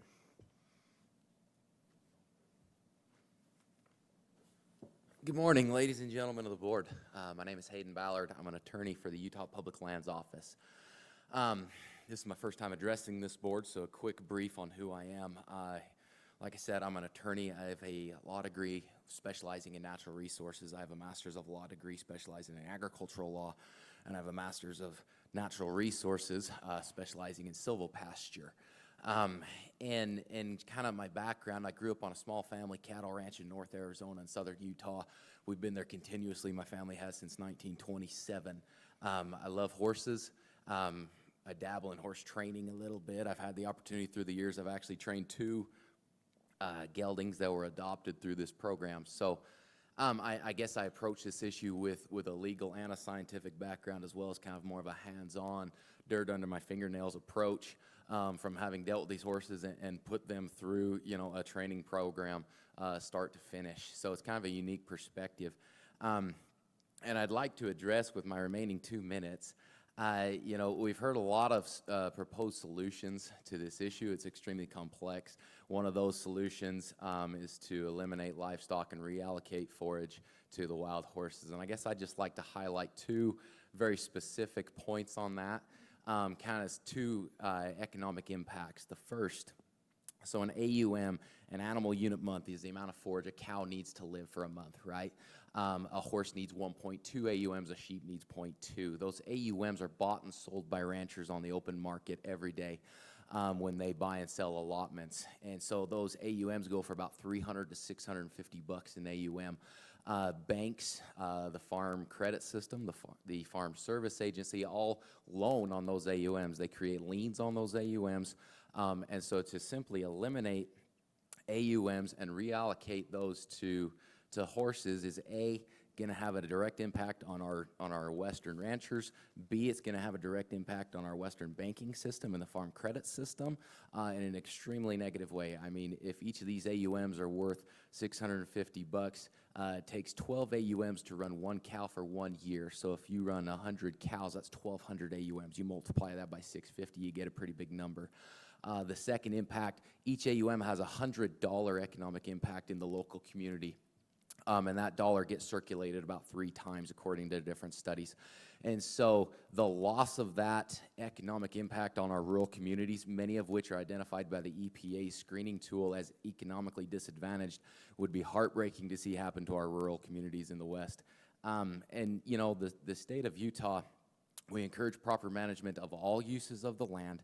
And so I highlight this because prioritizing one species over all other uses is extremely destructive. We would simply encourage, as you make your recommendations, to continue to look at how actions of horses impact all other uses, and to do so evenly across the board. Thank you.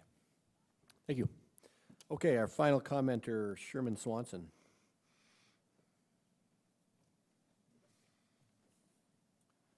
Good morning.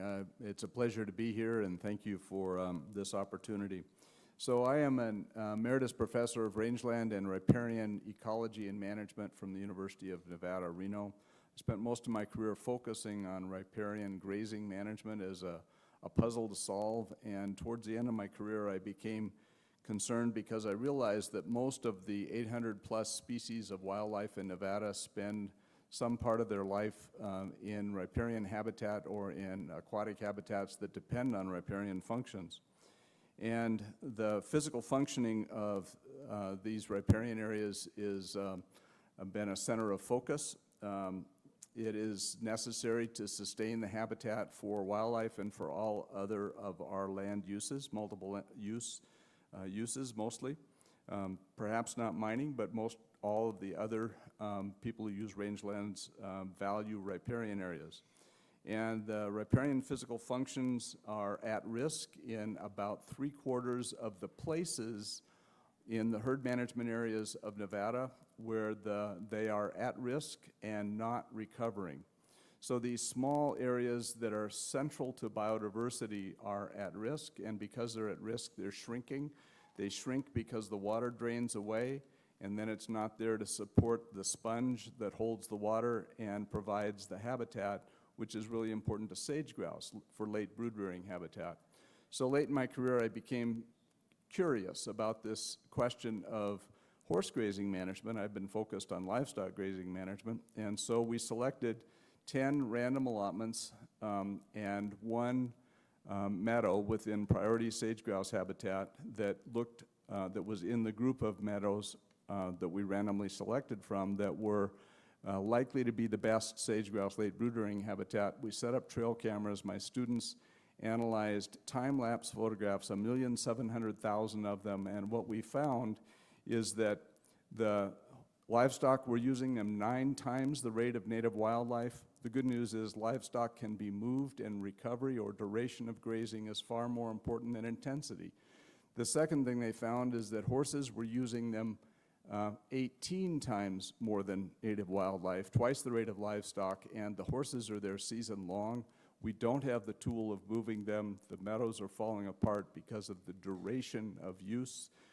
We have many tools for livestock. We need to use them. We have one tool for horses, AML. We need to use that. We probably need to adjust AML because AML was set before we considered riparian areas as part of the thriving natural ecological balance. Thank you very much. Thank you. Okay, that concludes our public comment period for today and for the duration of the meeting. We're looking at, it's 10:35. I'd propose, Celeste, if we come back at 10:45, take a 10-minute break. Would that suffice? Okay, we'll be back in 10 minutes, 10:45.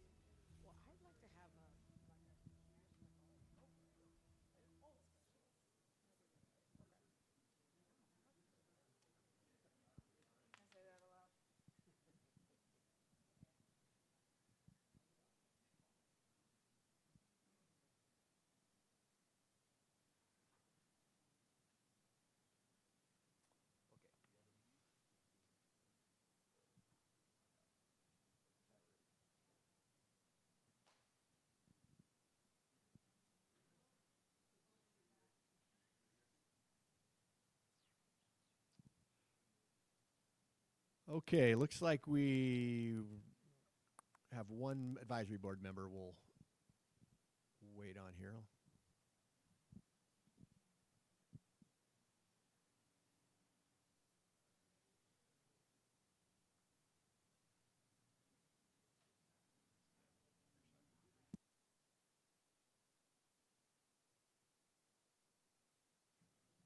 Okay, within interest of time, we should probably get going, make sure we can maximize the time we have to finalize the recommendations. So, Ms. Carlisle. All right, welcome back from break, everybody. Again, a thank you to the public for participating virtually and in the room. I know these are long. I know this day especially is tedious. So grateful for your input. I know we do consider the comments as we are developing recommendations. Please do not feel you have not been heard if something's not represented in a recommendation. We also have to be timely with our recommendations and be thoughtful about how many we're making, the feasibility of implementation, and whether it's something we're going to be continuing to come back to. So just know that those things are important to us in longer term deliberations for sure. We're going to go ahead and put on the screen those edits which you all painfully hung on through that are now hopefully represented in this copy, which probably needs to be as large as possible. And I'll go ahead and quickly read through. And then what we're hoping is that there won't be a heck of a lot of wordsmithing, but we may have some clarification issues. So first recommendation, removals plus meaningful, impactful fertility control will improve the health and welfare of horses and burros on the range as well as range health and will translate to diverse, bipartisan, broad support, and that will help to reflect the need for robust long-term funding to Congress. Since contraception is the common interest of so many interested publics, the board recommends that BLM and the U.S. Forest Service develop operational plans outlining how robust, meaningful, programmatic contraception will be incorporated into HMA and territory management plans. The board recognizes that specific HMA/territory contraception plans have not been developed and that each HMA/territory will require a different approach. Is there one more sentence? This effort can also serve as demonstration sites, which can also validate POP EQUIS. Board. Instead of plus, maybe coupled with is more clarifying in the very first line. Removals coupled with meaningful, impactful fertility control. Agreed.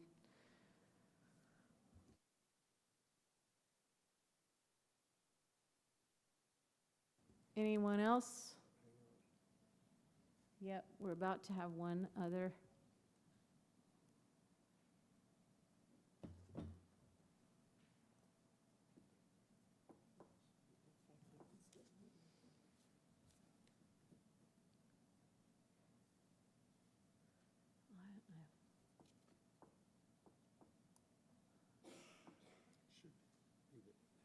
For now, yeah. Next. Let me spin on. Number 2, due to protracted drought and other climate-related issues in the West, the board recommends that the BLM and U.S. Forest Service begin determining the process of analysis that will enable locally relevant short and long-term range health considerations to guide decisions towards AML. Comments? We seem good with where we're at with that. All right, number 3. BLM and the U.S. Forest Service should further centralize their respective wild horse and burro programs to increase the program's effectiveness and their ability to respond to emergencies. Specifically, we recommend A, continuing to manage long-term holding nationally to facilitate animal movements and better coordinate budgets among different states and HMAs. B, advocate for establishment of a centrally administered separate budget for emergency gatherers so that states can follow through on long-term strategic plans to gather and contracept their horse populations. Utilize budgets across years. Can you scroll down? Information in an annual appropriations bill that would describe what the next year's and following year's funding, et cetera, would be. In this manner, BLM would know how much they would be getting from year to year. So let's scroll back up. Any tidying up to do here? Well, just for grammar, continuing, advocating, utilizing. And I wonder if there's a way to more clearly state C without parentheses.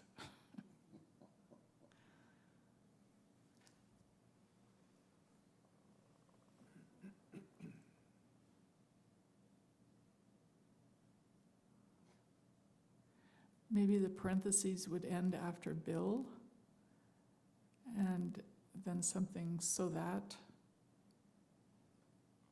multiple year, whatever the rest of that sentence is.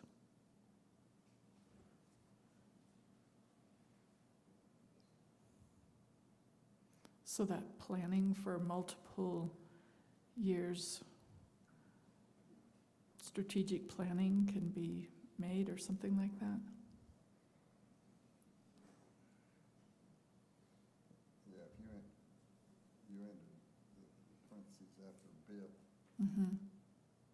and then take out that, it would read, utilizing budgets across years would describe what the next year. Dr. Lenz, could you speak in the microphone, and then Jordan can Yeah. pick that up and make the changes? You what? I was gonna say, you could, if you ended the parentheses after bill, you would take out that, the word that, utilizing budgets across years, that would describe. Let me read that again.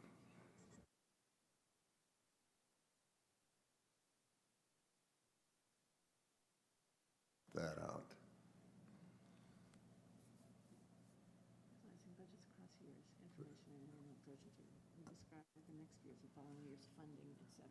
B, and then you take out that parentheses. Leave it after bill and take it out after B. There you go. Space after the comma, after funding.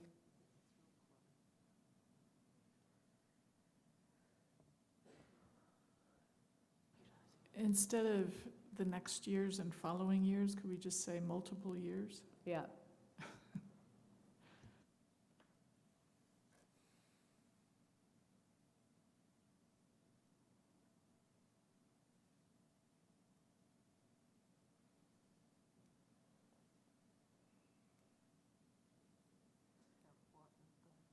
Take out what and the before next, multiple, and next. Describe multiple. And remove the S from years. I think. Now we have to read it again.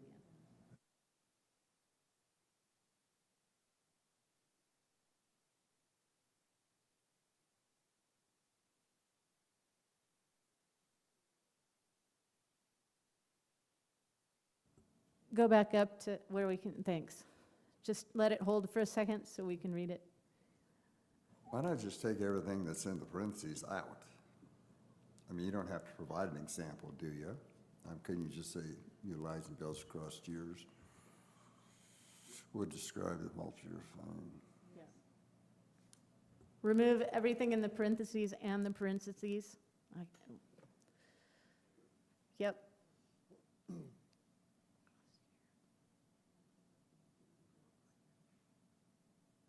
And it's still a crazy sentence. Someone else has to jump in. How about developing budgets across multiple years would enable BLM to know how much they would be getting for strategic planning, or something like that. So you have to move multiple in front of developing budgets across multiple years would. Yeah, yep.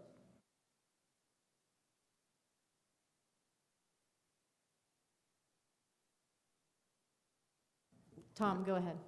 Instead of, so it should be developing budgets across multiple years would allow or provide, or whatever you want to say, multiple year funding, period.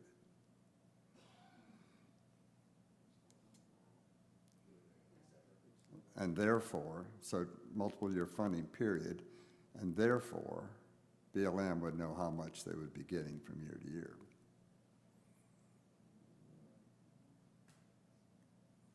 Does that make sense?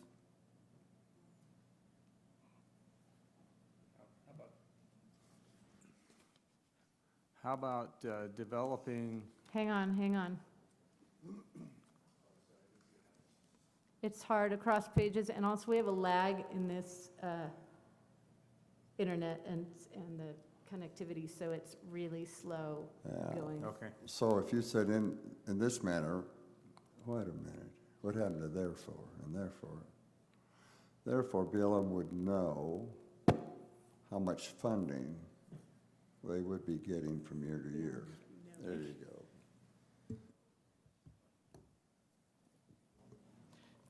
Can I read an option and just read it and see how it sounds? Developing budgets across multiple years would enable BLM to create strategic management plans which require long-term planning. Which are required for long-term planning. That would be the Yeah, which are preamble in front, required. then? That's the preamble in front then, or that sentence? It would replace that sentence. I mean, it captures. Okay.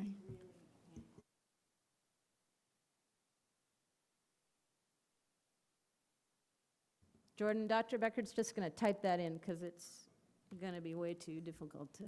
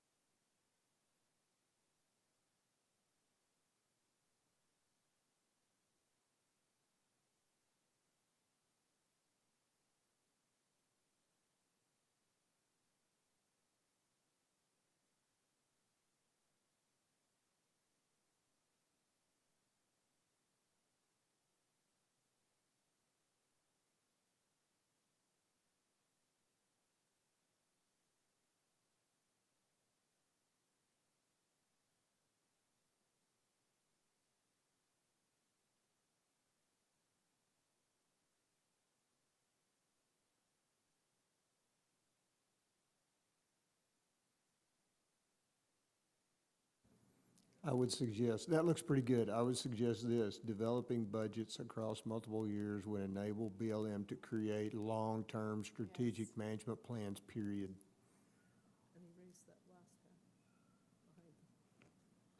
Yeah, period after plans, and then delete the rest of that language.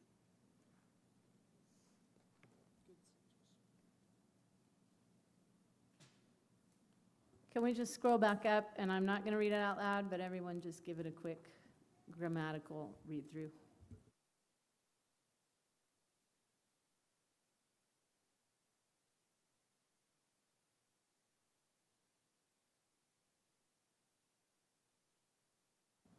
So, B, wouldn't you want to start that sentence with establish centrally administered separate budget? I mean, do we have to say advocating for? Aren't we recommending that they do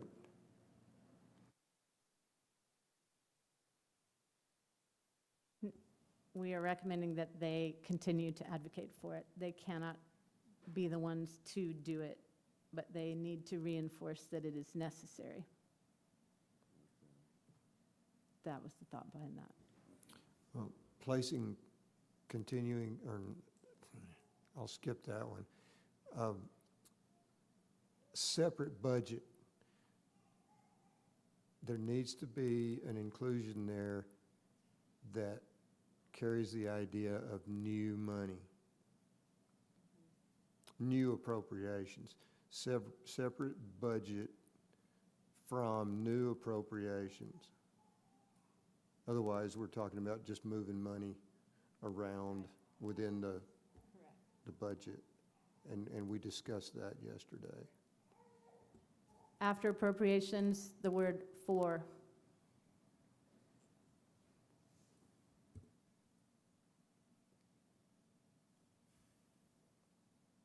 Everybody ready to scroll down?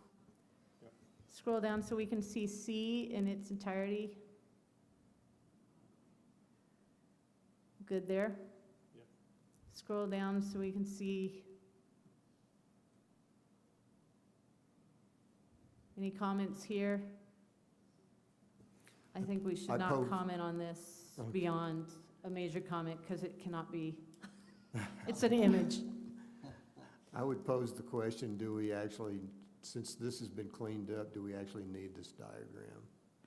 I would say yes, based on some of the previous conversations, but I'm wondering if we should reference it, maybe after the very first sentence, like figure 1, or maybe it doesn't matter.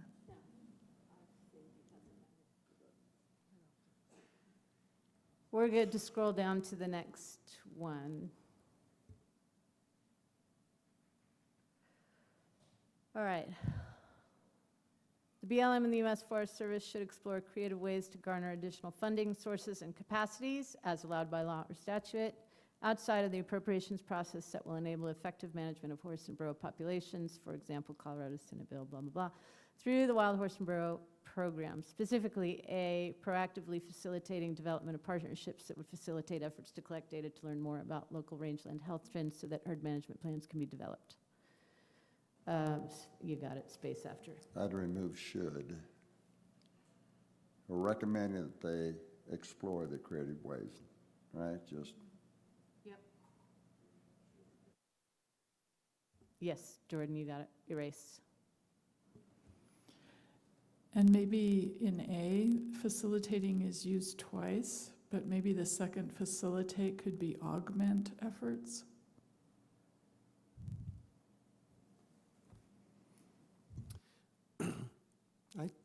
I think I would shorten that anyway, proactively facilitating development of partnerships that would facilitate efforts to collect local rangeland health trends, period.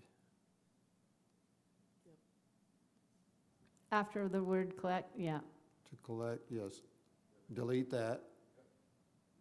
Local rangeland health trends, period. Period. But you don't collect trends, you collect data. Yeah, you're correct. Collect, to collect Data local, to determine? local data for on rangeland health trends. Local data on, no, just on. And maybe change the last part to which can be incorporated into herd management plans, because we want to make that connection.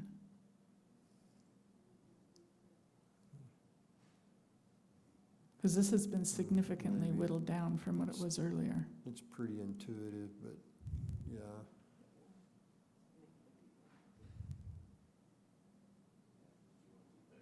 The last sentence. Do you mean to include territory plans as well? Yeah. Herd management and territory. I think it's intuitive. I don't think you need the last sentence. I think it'll cause more confusion putting anything else on there. Which can be incorporated into agency plans. Because there's several different types. Yeah, We I could want go them for utilized that. for several of them. Yeah, and delete can be developed.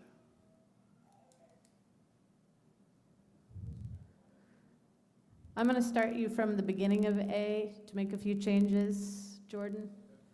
On the second line, the word facilitate, change to augment.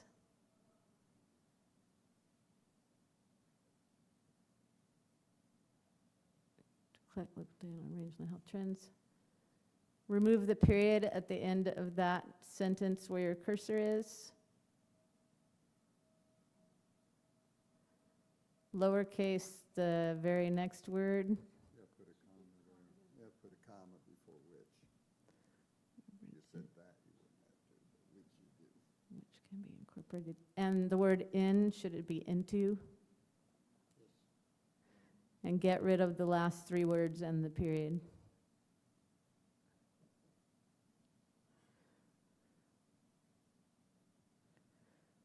Okay.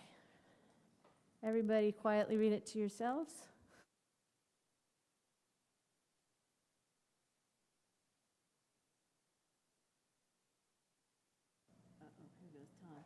Are we on? Are we ready for 5? Can we scroll up to see 5 in its entirety? Not much longer, everybody.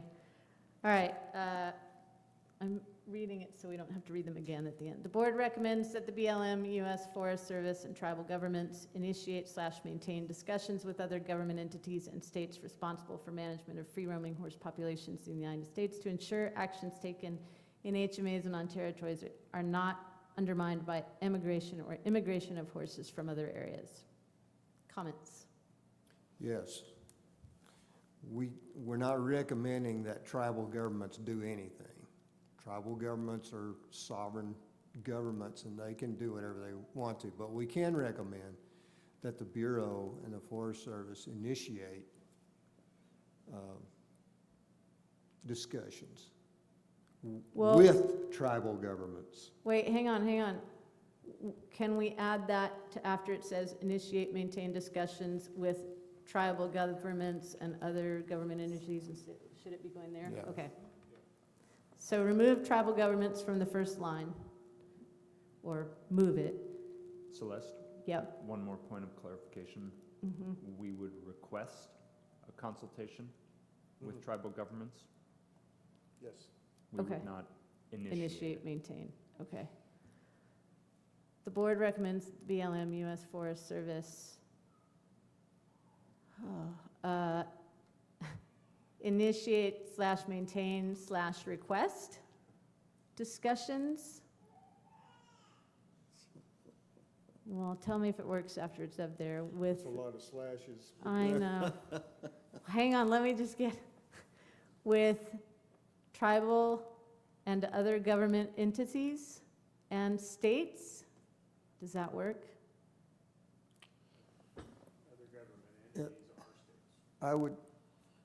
I would separate it, okay? The Okay. board recommends that the BLM and U.S. Forest Service request, now you can leave that, don't cut anything yet. Request, just put request after U.S. Forest Service. Request consultations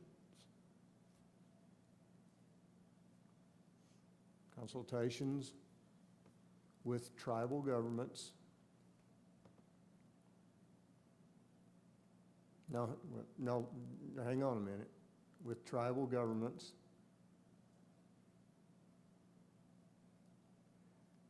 And initiate, Comma. Take the dash out. maintain discussions with other government entities and states responsible for management, et cetera. I take the comma behind USFS off, get rid of it. And initiate, and take that slash out of there. Take the comma away from after and. You can say initiate and maintain discussions with other government entities. Or and/or. I'd put and/or. Yep, right there. There you go.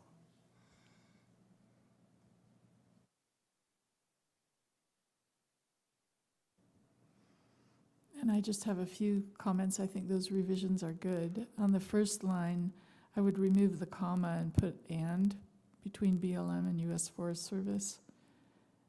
And I would delete in the U.S. I don't know why we need that.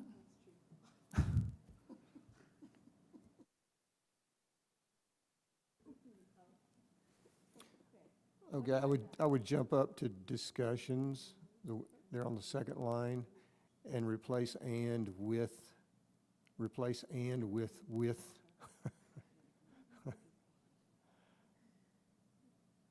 Okay, now let's read.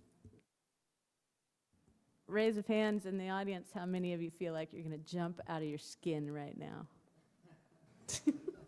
So would you have to say government entities and states? I mean, states are a government entity. Why wouldn't you just take out and states? No, take out government entities, take out, responsible for, there you go.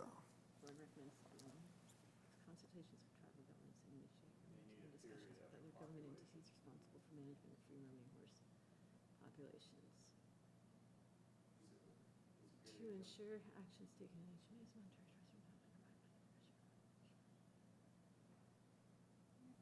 Okay. How do you spell immigration? I know. What is it telling us? Why is it saying that that's wrong? Oh, Oh, one okay. M?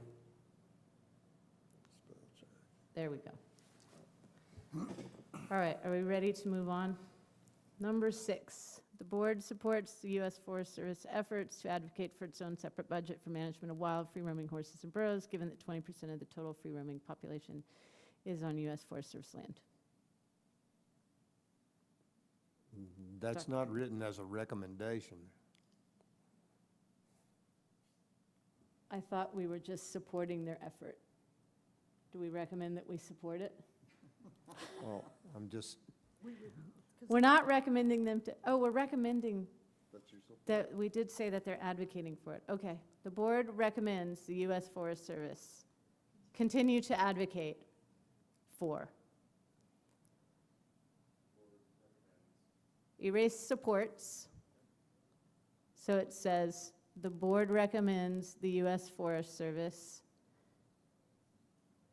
continue to advocate. So get rid of the word effort and write the word continue.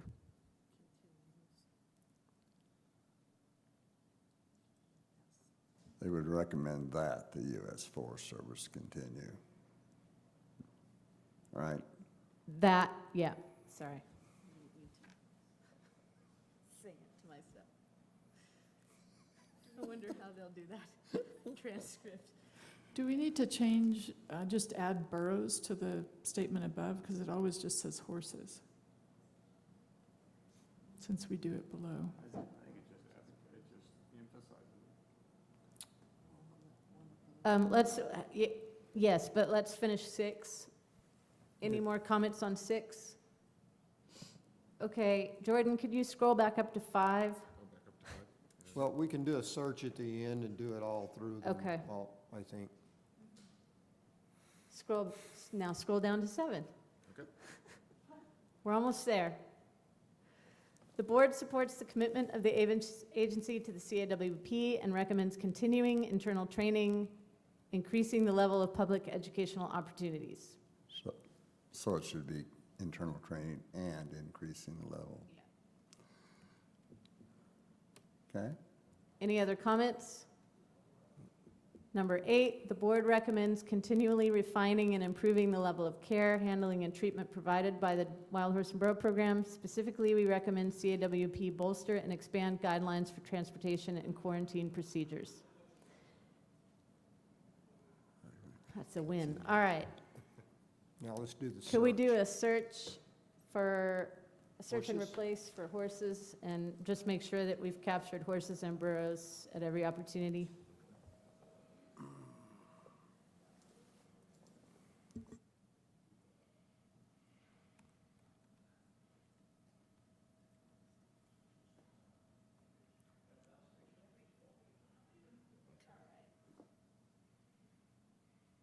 Okay, undermined by immigration. That's the first one? Yeah, is- let me zoom out Okay, we here. caught most of them? Yeah, let me find all. Okay.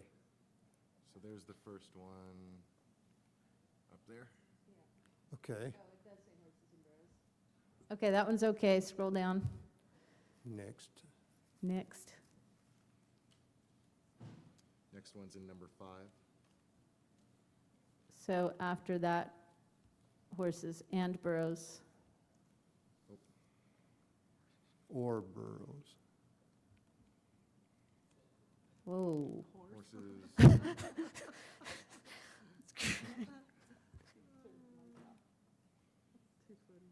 Okay. Okay. Okay. Next. Okay. Are there any others? Let me see, let me double check here. That is the last right there. Yep, there's one just below it, but that house I had as Borough. It says and Burrows. Yep, Very good. so, yeah. Yep, that's it. The last two recommendations don't have any horses in them, so we're, Nope, oh, you just want to see them? Okay. there you go. Oh, sorry, I'll make them bigger. Jordan, thank you for your patience, Hey, no. because this is the, Absolutely. then you're in the driver and we're all in the back seat. Yeah, things happen. Does the board feel a need to scroll back up and look page by page just quietly for a minute? All right, scroll back up to the top page. Let's just leave that for a second. We're going to remove potential, aren't we, at some point? Yeah, we'll do that. Yeah, in the titling at the very top of the page, remove the word potential and remove working draft 5 for board use only, not final.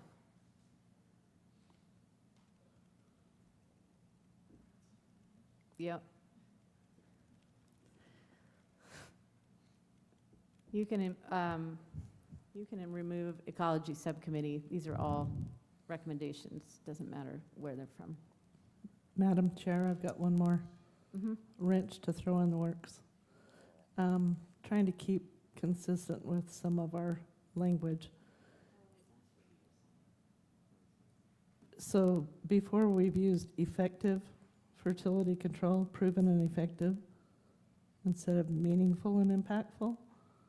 I don't know if that's a, No, that is, leave it meaningful and impactful. Our point is that the levels that should be used should be making a difference.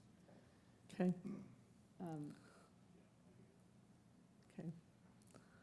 And then I think Dr. Perryman had a point about utilizing, we have used contraception and fertility control a little bit interchangeably throughout the document, and we probably want to be consistent. Is that what you were, okay, so let's change contraception to fertility control.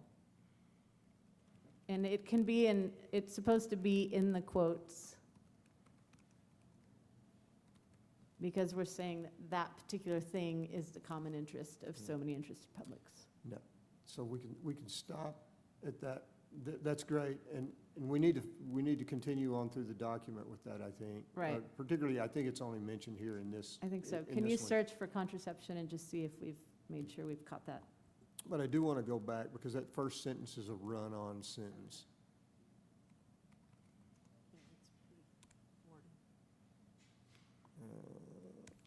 The board recognizes that specific HMI territory contraception plans, and that needs, it's in there several times. Yep. Programmatic contraception matching, right above there.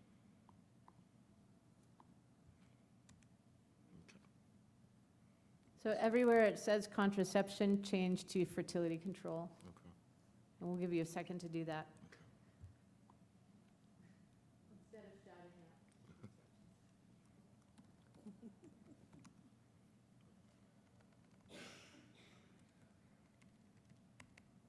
Does it also have to be in the quotes? No, No, it's no. just that one time to highlight, like, this is the thing that everyone, the one thing, the one thing. There is that one thing. More consensus on than others.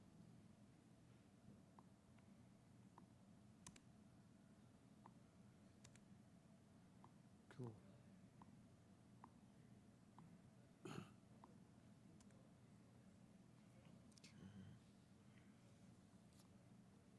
Okay.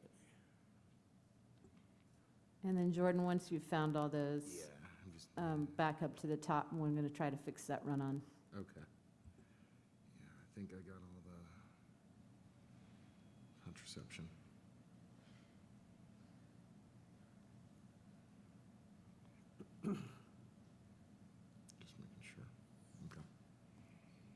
That's it.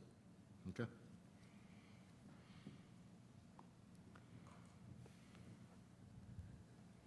Okay, that first sentence, removals coupled with meaningful, impactful fertility control will improve the health and welfare of horses and burros on the range as well as range health, and will translate to diverse, bipartisan, broad support, and that will help to reflect the need for robust long-term funding to Congress.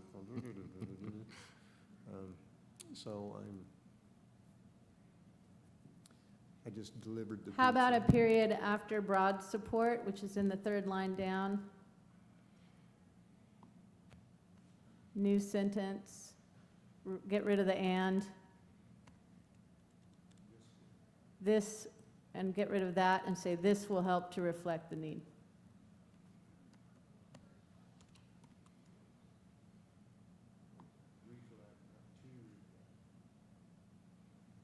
Get rid of to.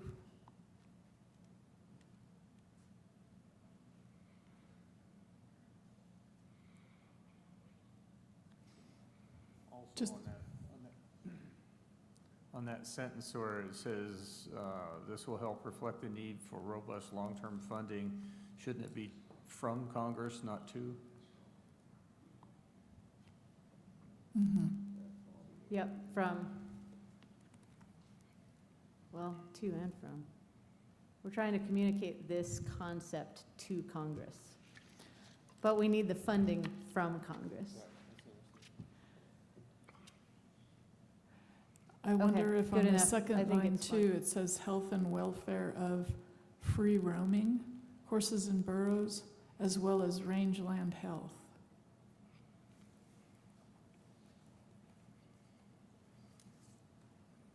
I don't know where you're talking about. Can you say the line? Yeah, the second line, it says will improve the health and welfare of, and I would add free roaming horses and burros and remove on the range.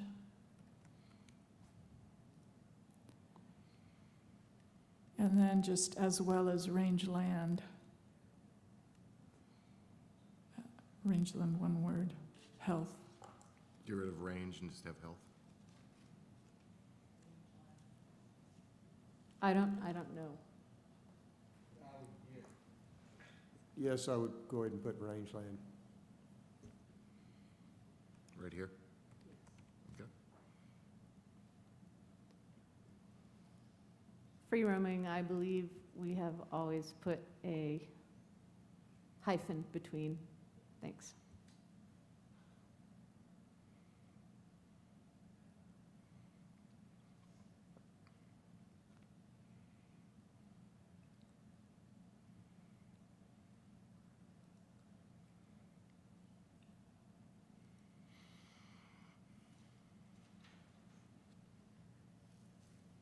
I'm good with one. Any other comments? Dr. Becker, did you have a concern with two? Yeah, just the very end, considerations to guide decisions towards AML. I think that isn't stated quite properly. About AML? Guide decisions to help reach AML or something like that. Well, we're not.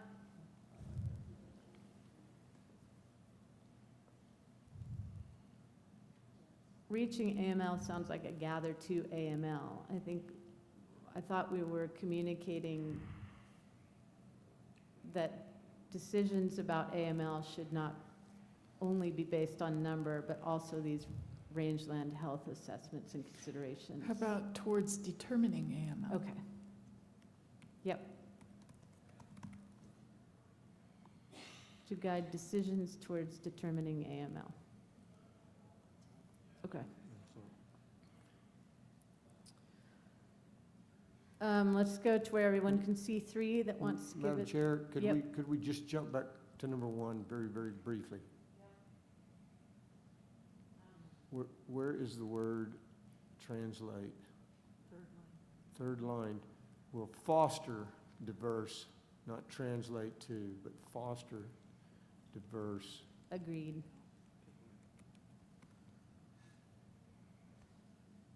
Okay, thank you. Every choice matters. Y'all better help we never work on a scientific paper together. All right, number 2, any other comments? All right, let's scroll to where we can see the entirety of 3. Well, maybe we Yeah, can't. let me see if I can. You can remove some of those spaces. What's it? You could just put a page break before 3, and then you could fit it all in one sheet. You know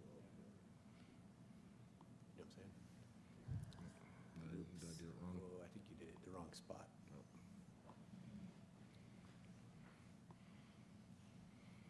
Where's 3? Right there. Put your cursor right before the 3. Now add a page break there. Okay. All right, now so now you can Gotcha. scroll back. There we go. There we go. Just a quick time check. We got half an hour hard stop at noon. Everybody hear that? Half an hour, we'll be done for then.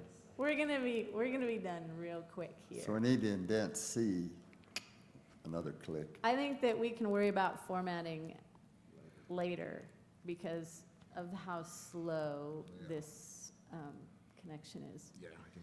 But if we just get the words, we'll format it and make it nice before it's put on the website. Or consistent, I mean. I don't know where, just tell him. Oh. Second line of number 3, programs can be lowercase. Everybody good with 3? It doesn't look pretty, that can happen later. Number 4.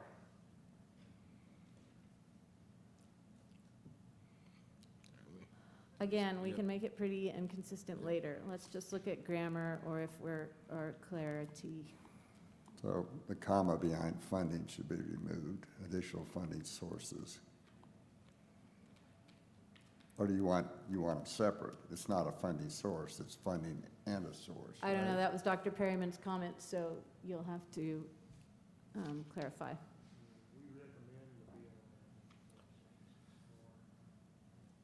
We recommend the BLM, or the board recommends. The board recommends that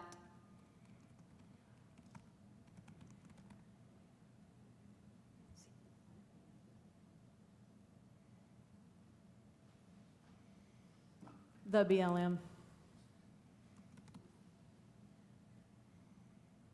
I can go down now. I would, Funding sources and capacities, or funding sources and capacities? add both, and capacities, yes. Funding sources are funding sources, and capacities are, Remove the comma after sources. yeah. Okay. Capacities are, for instance, gather contractors. Do we need through the Wild Horse and Burro program at the end? Can't we just end after the example? Yeah, remove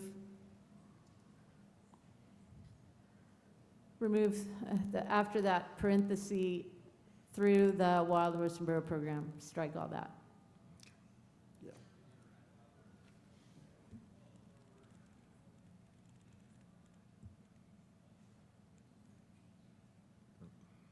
I'll fix that format.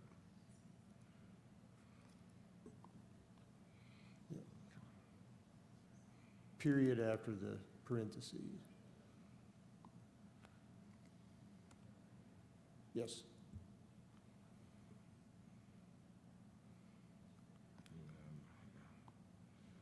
Try to get the page break here so I can see it better. Bring it down here so you can see the thing.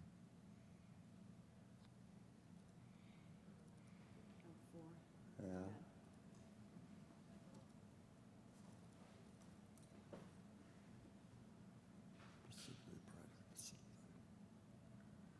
Are we good with 4, everybody? Because we're not going through them again, hopefully. Just one Uh-huh. moment, let me think.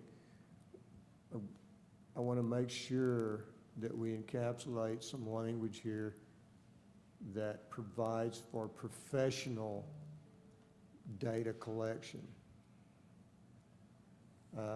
You can't just go get somebody off the street and have them go collect rangeland data or associated wildlife data. That is a profession. It's not an activity. Right here.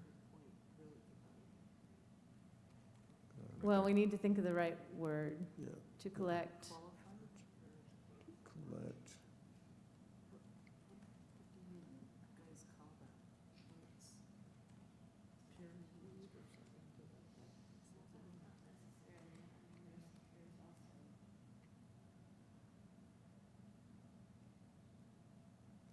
I think- Collect vetted local data on rangeland health trends. I think I could be satisfied with the word professionally, stuck in there between to and collect. Yes. Or efforts to collect, to professionally collect. Yeah, I could live with that, I think, at this point. Yes.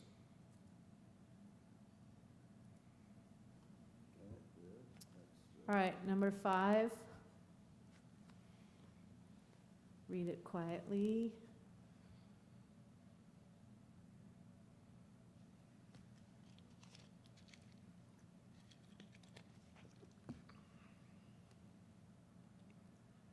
Good. 6.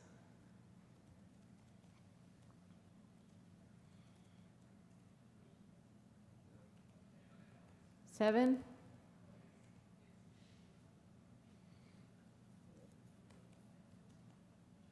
8.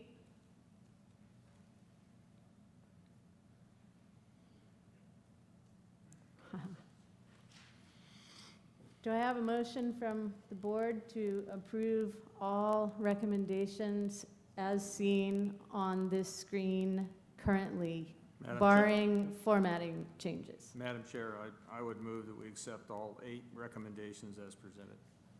Do I have a second? Motion to approve. All who agree say yay. Yay. All Yay. opposed? All right. Recommendations 1 through 8 have been approved unanimously by this board at this meeting. And we're not quite done, folks. We have some thank yous. To this very small room still gathered here today, I extend my deepest gratitude for all of you, online and in the audience, board members, Langdon Group, the quiet mice from the agencies who have been working their tails off all around us, all week long and very much in the months preceding, probably in the year preceding. Thank you to Dr. Beckert for her service as she walks out the door to her plane. Bye. And I am going to go ahead and pass it back to our DFO for final comments, and then I'm going to shut this thing down. Thank you, Chair.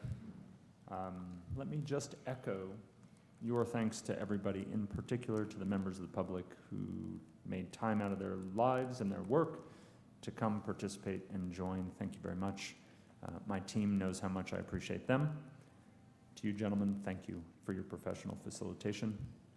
And thank you, board members. Let me remind everyone here that you are volunteers, and we couldn't do this productively and effectively without you.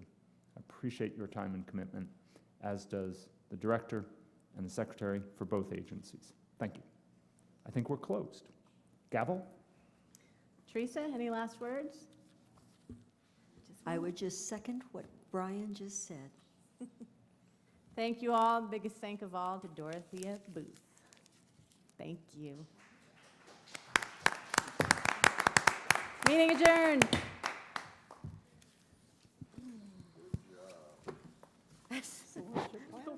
Everybody's running for an airplane. When in doubt,